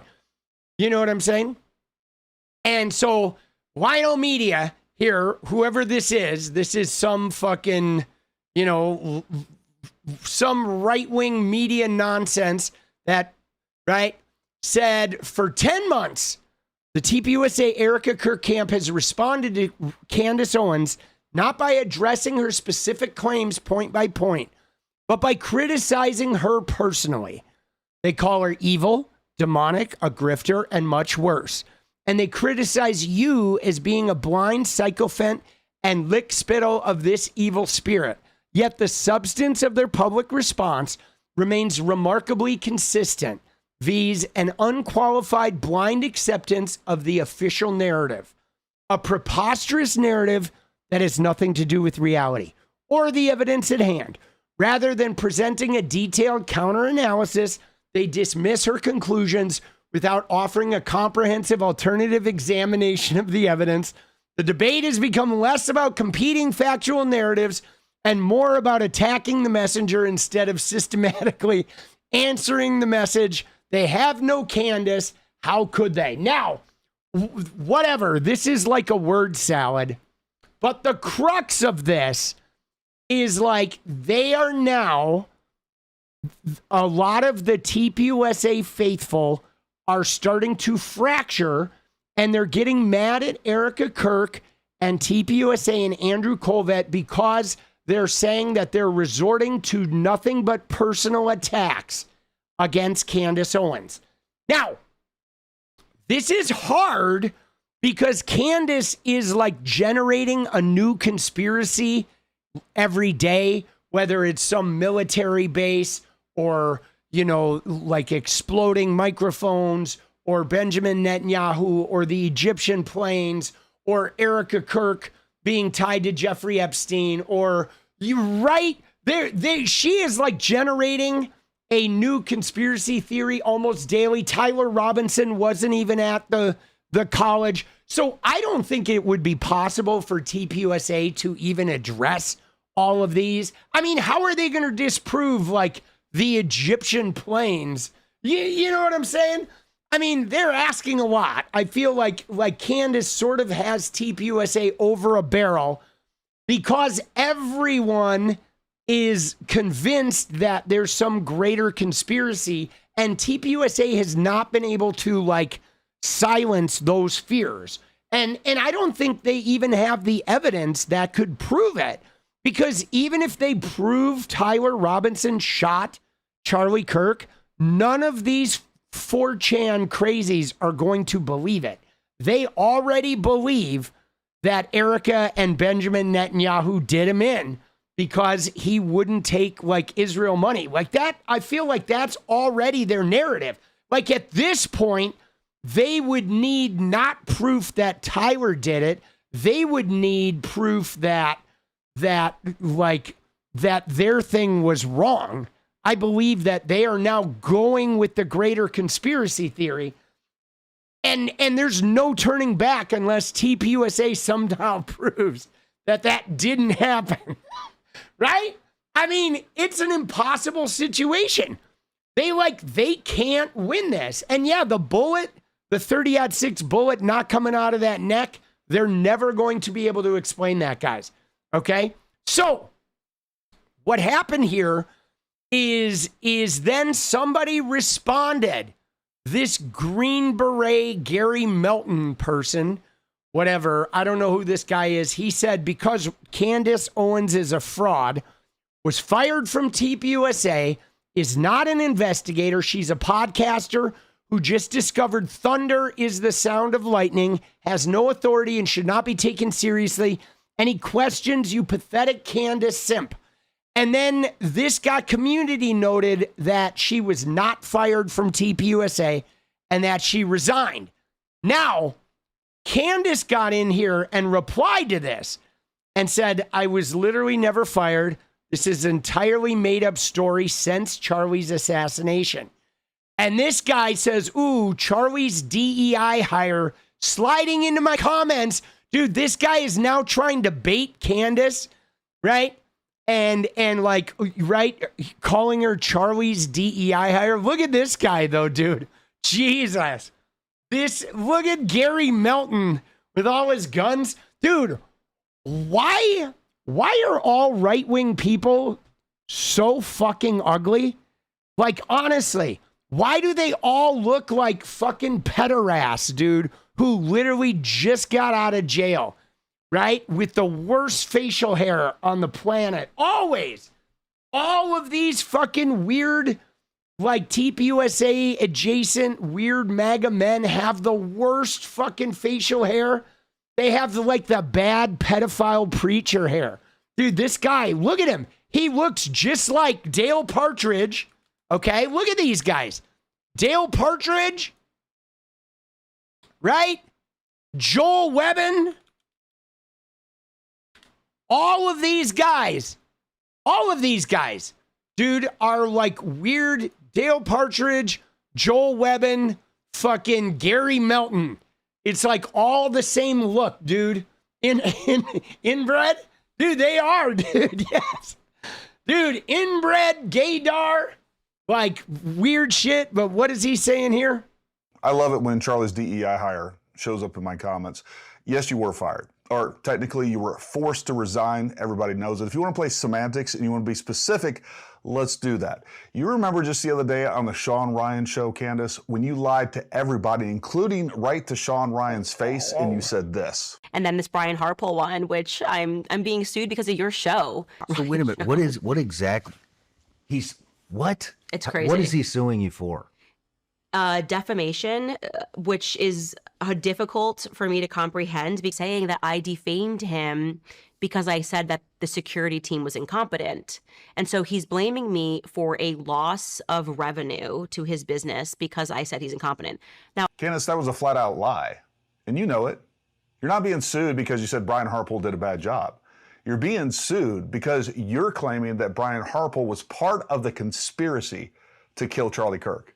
You're claiming that he had foreknowledge and was involved in his death. But for everybody... See, now, what's amazing about this is like all of these guys are trying to get in on this shit, right? Like this Gary Melton guy is totally trying to cash in on Candace Owens and the TPUSA. Like everybody's trying to cash in, right? Like remember as soon as Charlie got shot, every gun influencer on the planet started making Charlie Kirk videos and they were all getting like 1 million views.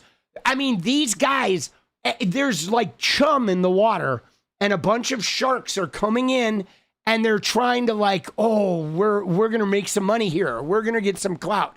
Okay. So now he's saying, calling her the DEI hire. Okay. Now TPUSA is probably loving this guy. They're backing this guy. They're right. TPUSA is probably like, ooh, we got somebody who's fighting for us. So she said, you did not read the lawsuit. I don't think I've ever come across someone so ass stupid with your level of confidence.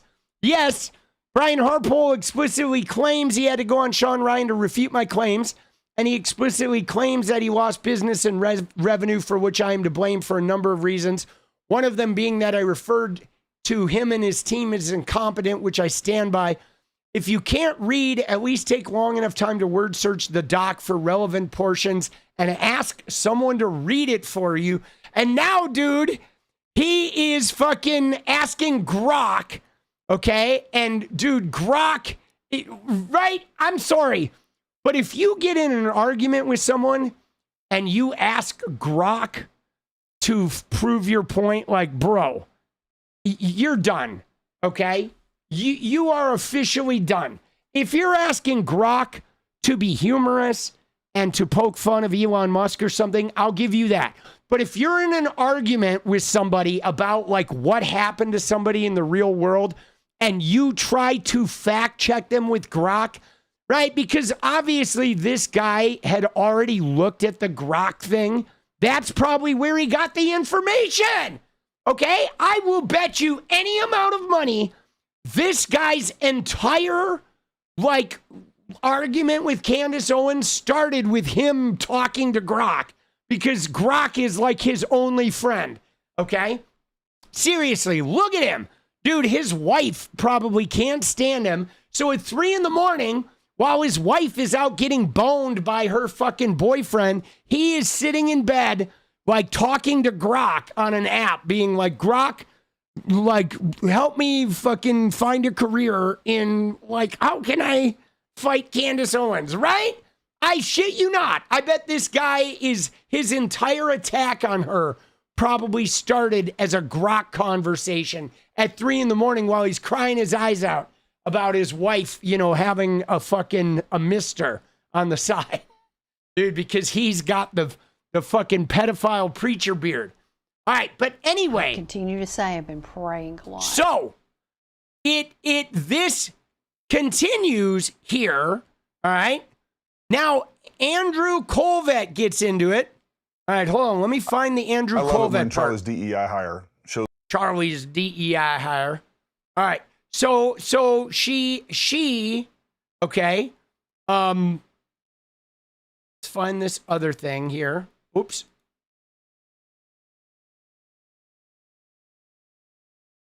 That's part 1. All right.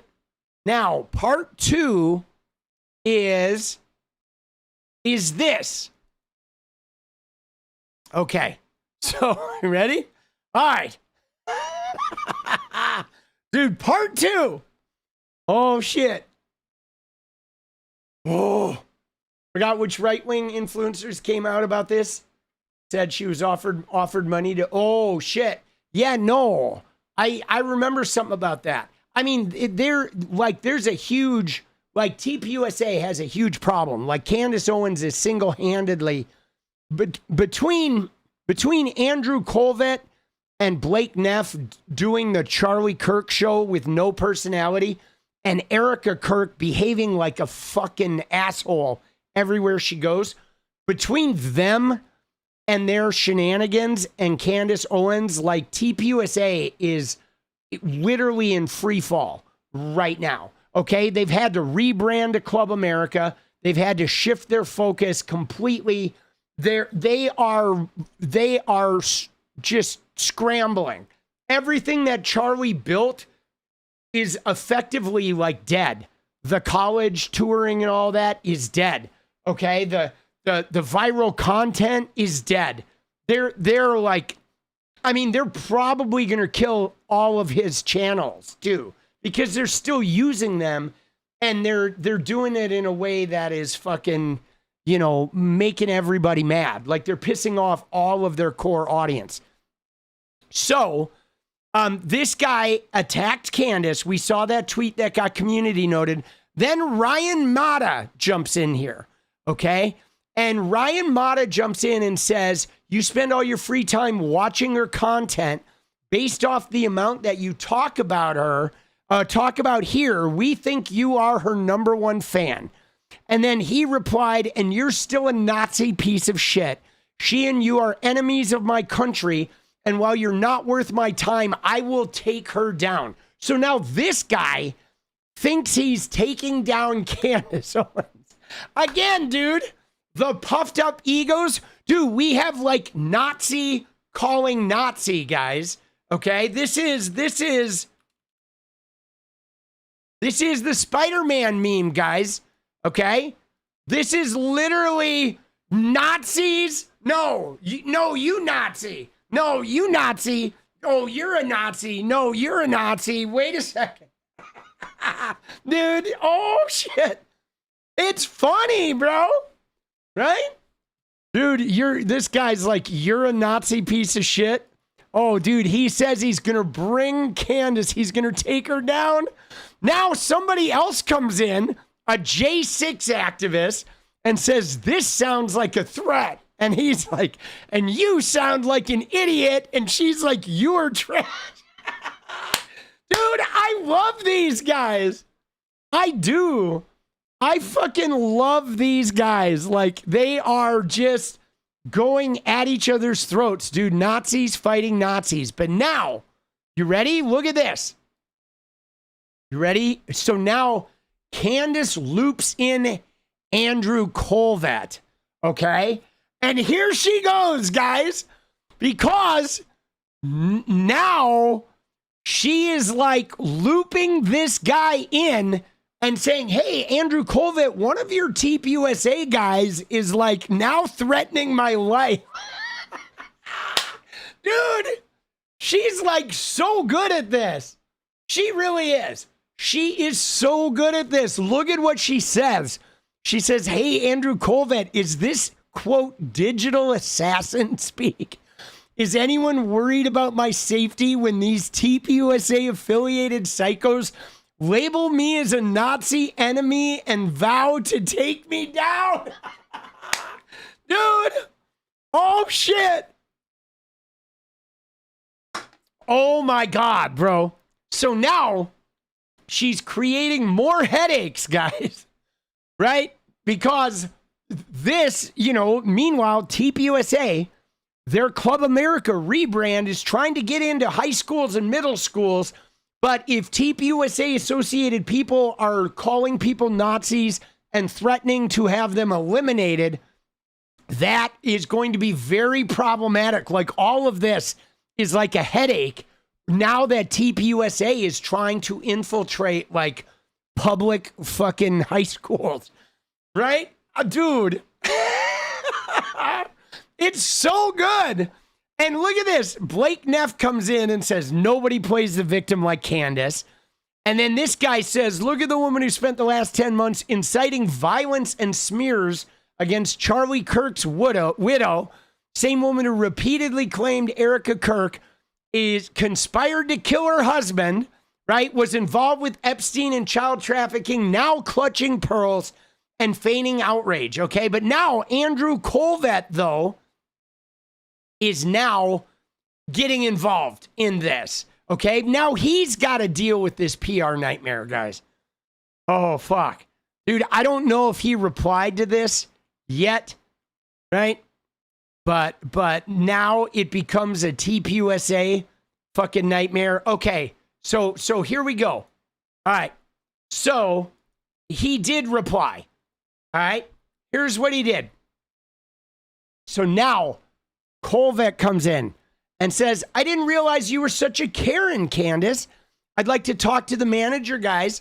I'm not even convinced responding to you at this point is worth it. Your engagement has fallen off a cliff and your credibility, whatever was left, has been completely destroyed. Now, guys, there's a lot of things that they can say about, the battle with Candace Owens. But saying that Candace Owens' engagement has fallen off a cliff is not really accurate, okay? Because her YouTube, if you look at her live streams, her fucking streams have been banging, dude. Like every live stream has been getting more than 1 million views, okay? Often 2 million and more for months, guys, okay? And I mean, she is still looting this. Now, she has 6 million subs. Those are incredible numbers. To be hitting 1 and 2 million for every live stream is insane. That's insane numbers, okay? For her to do, you know, having, you know, if they were hitting 300,000, she'd be doing great. If they were hitting 600K, she would be doing like beyond great. And the fact that she's literally doing 20% of her subs, right? Like 15 to 20% of her subs is unfucking real, dude. Dude, she is like one of the most successful right-wing YouTubers by a long shot. Right? And yeah, that is an old film strip fucking thing that she uses. But so she's killing it, okay? She is killing this shit. Absolutely gutting them. And she's literally, guys, these are like, she's doing a stream every day. It is insane, guys. That's fucking nuts. But anyway, so he attacks her and says, your engagement has fallen off a cliff, which it absolutely has not. She has monetized these guys professionally. But now look at this. Again, we are in this situation where Andrew Colvett took the bait. Okay? Andrew Colvett was not involved in this discussion. Okay? You may have noticed, guys, notice what happened here. Okay? So Andrew Colvett is now like the spokesperson for TPUSA. But what happened here was some guy made a comment about Turning Point and about Candace Owens, and then a clout farmer got involved. Candace Owens got involved till he got community noted, and then she tied it back to TPUSA. And now, again, TPUSA is responding to everything that happened. Okay? So she has taken some like senseless, nonsensical internet beef, and she has the top brass at TPUSA interacting with everybody online about the conspiracy around Charlie's killing, which them engaging with her just makes them look like they're still fighting to prove they're not, like they didn't do it. You see what I'm saying here? She's pulled him in, and they just never stop. They keep fucking engaging with this. And every time they engage with it, they give her more fuel of like, wow, like if they weren't guilty, they wouldn't be defending themselves with this crazy nonsense, right? I mean, dude, like, what the fuck, bro? These guys they've never taken Media 101, okay? You know what I'm saying? Media 101 is like, you gotta learn when to not engage, okay? You've gotta learn when to not get drawn in. But now look at him. He's replying to them, like point by point, guys. He says, 1, Paramount Tactical is not an affiliate. He's not paid. We don't coordinate. He's his own man. Believe it or not, we don't have to pay people to debunk your garbage. They're all just that repulsed by what you've done. They do it on their own, which is, again, guys, number 1. If Paramount Tactical is not associated with you, why are you responding to this at all? Why are you even responding, right? If he is not associated with you, why are you even responding? You fucking idiots. 2, you obviously know he wasn't threatening you. You're just playing the victim like you always do. So now she has him like not taking death threats seriously, right? Which, even though, no, is there a real death threat? Maybe not. But the fact of the matter is he's now like belittling her for saying that she feels unsafe, which is like not the thing you want to do when Erica Kirk is running around saying she's getting death threats. Okay, he is now giving them ammunition to do the same thing back. He's going right into it. Yes, he's like saying, oh, she's playing the victim. When you get cornered, it's your default move. You started this whole disgusting ordeal with your character assassination of Erica and countless others. And the second someone fights back, you claim it's a paid op, fed slop. Your whole formula is so boring and predictable now. None of this will distract from your latest faceplant. We thought you and your affiliates had the receipt that finally cracked the case. Or is this the latest theory you're about to move on from and conveniently never mention again? Okay, now look at this, dude. Now people, look at this. Now people are coming in and they're like shredding them.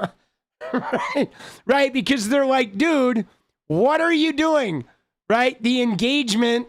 Okay, like now they're comparing engagement and people are coming in shredding TPUSA. So again, they're fueling this like MAGA divide and everybody's getting in on this. Okay, and like, look at this, dude. Somebody compared their engagement. 1 million views of everything, and look at the Charlie Kirk shit, dude. 3,000. Oh, fuck, bro. Dude, look at this. Oh my God, look at what they're doing to the Charlie Kirk shit, dude. Oh, fuck, bro.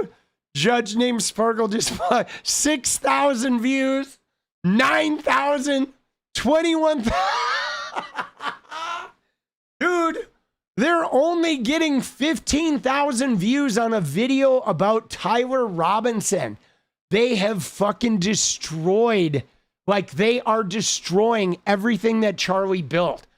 Because they got greedy, dude.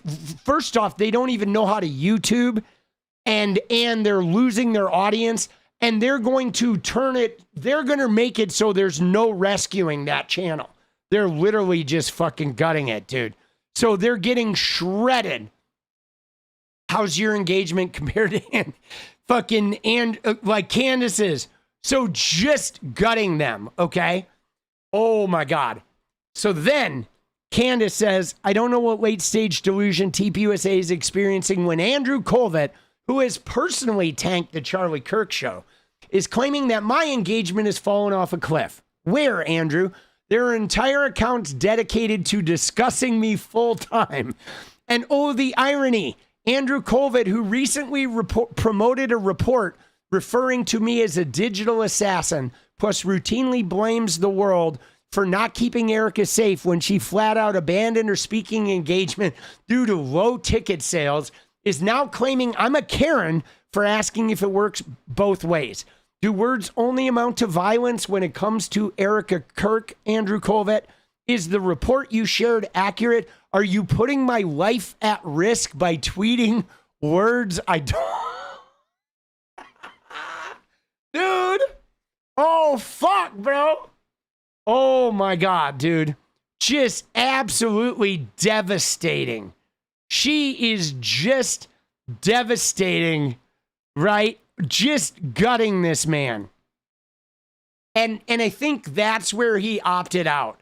Okay, now he has not responded to that yet, right? But dude, she just fucking body slammed him. Okay? And then, oh, no, she did. He says, looks like I struck a nerve. I notice your detractors grow daily while view numbers compared to followers are declining as people wake up from your garbage. You see Karen Owens, when you were a skilled clown, people will tune in to watch the circus, but eventually they get bored. Yes, entire X accounts are devoted to debunking, blah, blah, blah. We're getting so close, guys. So that's where he left it. All right. But oh my God, dude. And again, though, look at this, dude. There are people fucking coming in that are still like challenging him. And dude, now they're spreading that.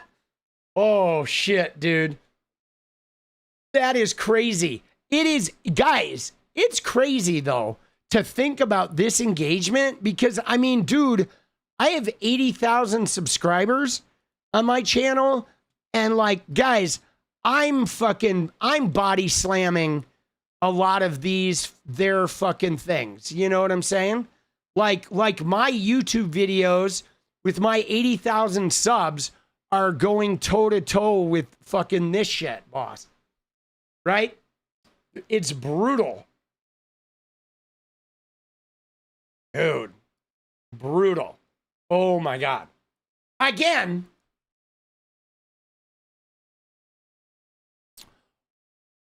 all of this is just denigrating. All of this is just reducing the TPUSA, their name and their value. Okay? And you think bullying the right like a stuck-up high school bitch is fun? It is. I like, for me, guys, I am really enjoying watching how masterfully Candace Owens is at roping Andrew Colvett into the fray. Like, they literally keep getting involved because, guys, every one of these tweets is getting, like, logged. They're getting screenshotted. They're getting bookmarked. And all of this shit is going to come up every time Erica Kirk tries to start a TPUSA, Club America chapter in a high school somewhere. This shit is getting dredged up, okay? Every time TPUSA, suffers bad press, all of these engagements, the spokesperson, the executive producer of the Charlie Kirk Show and the TPUSA spokesperson is running around saying, if somebody says, whoa, my wife is being threatened, he's calling her a Karen, calling them drama queens. I mean, all of this is reflecting poorly on them, okay? It's all reflecting poorly on them. I am on Substack. I have a Substack. I don't really use it, but I'm on there. There is a Political Punk Substack. But all of this reflects poorly on them. And if you go into their replies, and especially you go on Instagram, everyone is really getting down on TPUSA because they're breaking all of Charlie Kirk's cardinal rules. Okay? Now, Charlie Kirk was very effective in the way that he stuck to racism, misogyny, and Islamophobia. He stuck to them through scripture. He never called people names. Charlie Kirk did not. He never would get in there and call people Karens or do any of the personal attacks. He would simply stick to a racist, misogynist, Islamophobic general tenor backing by scripture. And that got them a lot of evangelical money, and it made them very hard to dismiss. Okay? They couldn't dismiss Charlie Kirk's movement as shitty because the underlings called people names. Okay? The MAGA bros called people names. And Charlie Kirk always took the scriptured, racist, misogynist, Islamophobic high road, if you will. Super toxic. But he had a well-oiled machine where the people who watched his content were the bullies. Okay? That's why it worked. That's why it worked, is he created an army of bullies, and he was constantly like, man, I want to listen to you, right? You should be heard. And his army did the bullying, okay? Now, what it is, guys, is they have fallen, okay? They have fallen because now they're the ones calling people Karens. They're the ones saying you're a drama queen. They're the ones being the bullies, and now their audience is like, fuck, dude, I don't want to bully for these guys. These guys are behaving like assholes. Their bullies don't want to bully for them anymore because they're behaving like children. Dude, it's just funny to watch it, right? It is just funny to watch how they're fucking it all up, dude. They have no idea. it's crazy because they worked under Charlie for years, but they have not spent they didn't pay any attention to really how he did it. You know, how he did what he did. They're like, which is crazy. Even Erica, it's like Erica was married to the guy, but it almost seems like she never paid zero attention to how Charlie built his shit, right? It's fucking wild. And now Candace has him roped in. And now, guys, I think this is important because we do have to prevent TPUSA from like getting into middle schools and shit. Like that's a no-go. Okay, this Club America thing, middle schools and high schools, like that's not tenable for me. I am not going to let Erica Kirk squeeze her fucking Zionist, like Calvinist, fucking, you know, religious bullshit into high schools and middle schools. No way. There's no way I am letting that happen while I am still breathing. Like we're not letting them fucking start grooming kids. You know what I'm saying? No. Right? We have enough young white male men in the world. We're not letting fucking Erica Kirk get her mitts on the kids, dude. Right? Nah. So yeah. So Candace is doing some epic shit. She is doing some epic shit at, again, dragging them in. Like they are fucking it up, guys. Here we are. They're about to celebrate the 1 year, right, anniversary of Charlie being dead.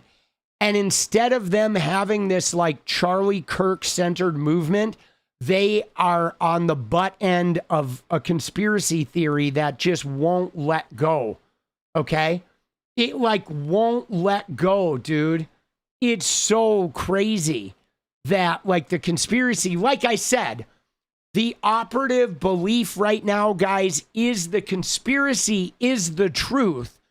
And unless TPUSA unearths some evidence disproving the conspiracy, like they have to have some evidence of what happened to that bullet. They need like, if they don't come up with irrefutable evidence that proves that bullet, like where that bullet is and what happened to it, if they don't prove the bullet, they will never get out from under this conspiracy. The conspiracy is the truth at this point. And there's nothing they can do about it. Everything else is just like the magic bullet. So like I say, let's fucking pour some gasoline on that shit and let them burn it all down. It's kind of hilarious to me how she is just gutting their whole movement.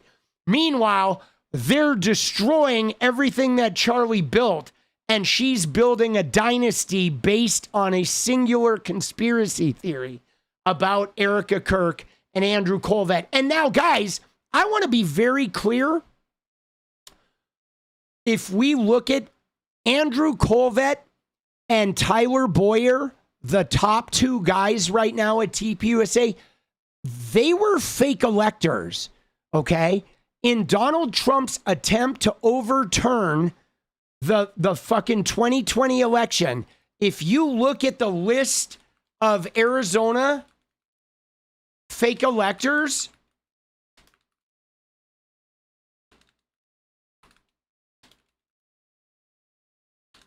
in this, right? If we look at the list of the fake electors, okay, look at this shit, guys. If you look at the list, let's go look at the AI mode here of the fake electors. Look at this shit. So Jake Hoffman is an Arizona state senator who has been paid over $1 million from Andrew Colvett and Tyler Boyer and TPUSA. Okay, Tyler Boyer is literally in charge of Turning Point Action. He is the number 2 at TPUSA. Okay, these guys, Andrew Colvett and Tyler Boyer and Erica Kirk by association, these guys are crooked. They're J6ers. Charlie Kirk bust people to J6. And they were in on literally overturning the election. Okay? Andrew Colvett should be in fucking prison. Tyler Boyer should be in fucking prison. these guys they're not just right-wing influencers. They are actually criminals that were part of the attempt to overturn a fucking election for Donald Trump. So these guys are like Epstein class criminals of like the highest order. And there still does look like there is some connection in there between Erica Kirk and Jeffrey Epstein. So this case got dismissed, but if you look at like Kelly Ward and her husband and all of these other people, all of these people are involved with TPUSA, and they are involved with the Republican Party and MAGA in Arizona, in the Scottsdale, Arizona area, that are currently working for Biggs, okay? They're working for Andy Biggs. And they are trying to get Andy Biggs, okay? They're trying to get Andy Biggs into the Arizona governorship. All right? And like this is like they're into dirty politics, okay? Like TPUSA and Andrew Colvett and TP Action and Tyler Boyer, like these guys are actual fucking criminals. And now they're trying to get Andy Biggs into the governorship. They're trying to oust Katie Hobbs, trying to get Andy Biggs in there. And you know, a straight Trump arm of like, you know, like Arizona electorate as being a straight arm of like the Trump ICE fucking J6 Proud Boy fucking, you know, they will break the law for Trump people. So this is something to take serious, that these people are the ones targeting high schools and trying to recruit the foot soldiers of like the J6 movement of tomorrow. And we're going to say no to that. Okay. But now, you know what we're going to do now? Now we're going to fucking dance, boss. Because we did hit our dance party goal. Now I'm going to go make some videos. We're going to fucking burn this shit down.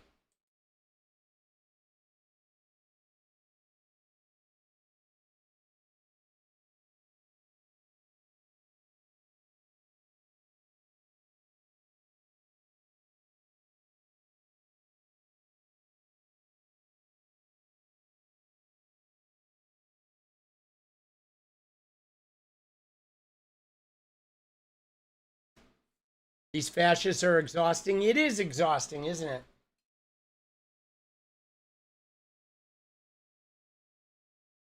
Jesus. Dude, Mistress Kraken, I would like to find out more about Robert Sig. If you have like any links, please put it in the Discord. Put it in the Discord channel. I like one of the Discord channels. I would love to read up more about that Robert Sig guy. Right, dude? Yeah, the fact that Real America's Voice, guys, all of this shit, okay? Real America's Voice, OAN, TPUSA, fucking Lindell TV, like this is all like the Heritage Foundation shit. This is all like dirt, like, you know, Christian Taliban, American fascist kind of fucking shit, man. This shit is fucking so shitty. Oh.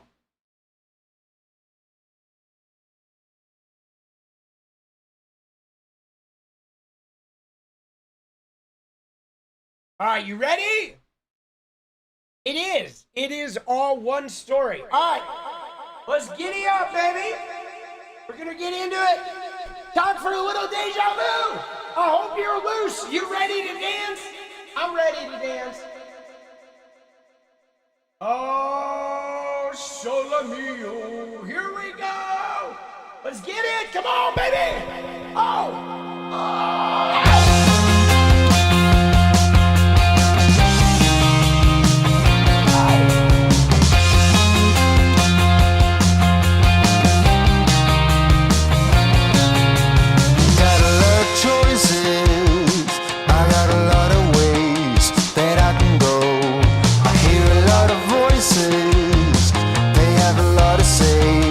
But I've known, been here before.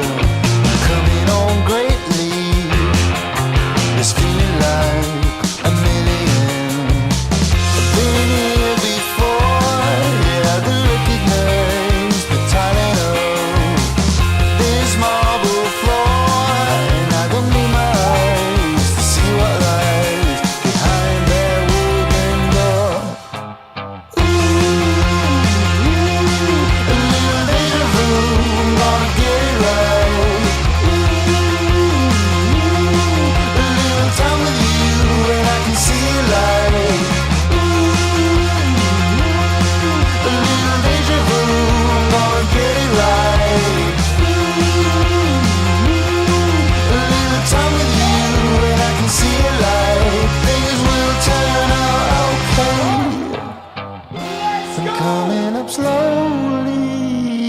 This feeling that I have now, almost a bit holy. An notion that I will make it out somehow.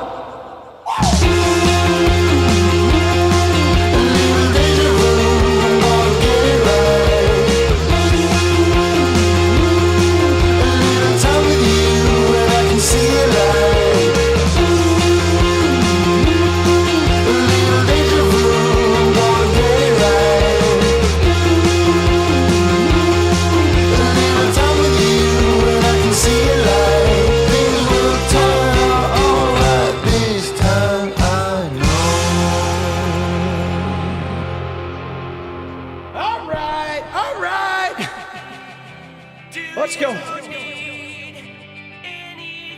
Yo. Let's get it.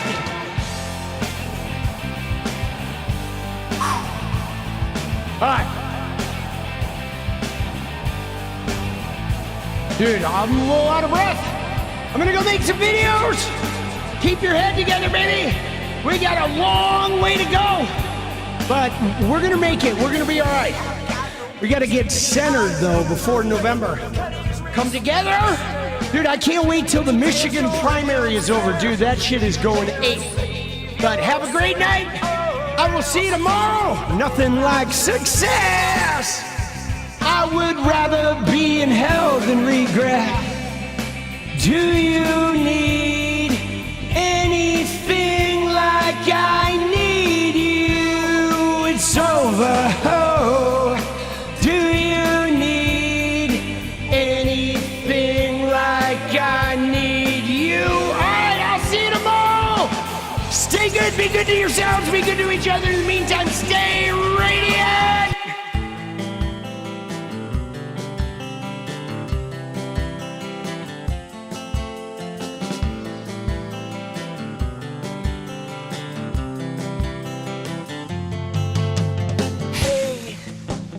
I just wanna change the world. I just want the perfect girl. I don't wanna hang around, I'd rather be found. It gets better, I wonder, my pleasure together. Everyone's waiting, anticipating.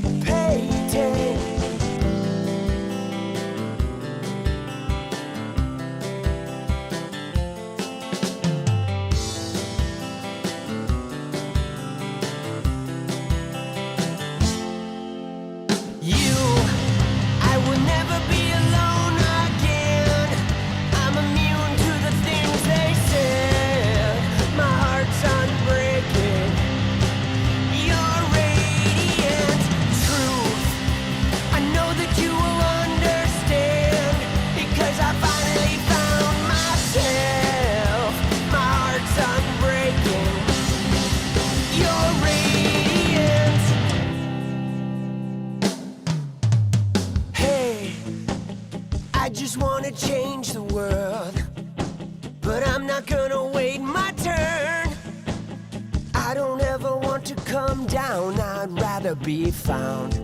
It gets better, I wonder, my pleasure together. Everyone's waiting, anticipating.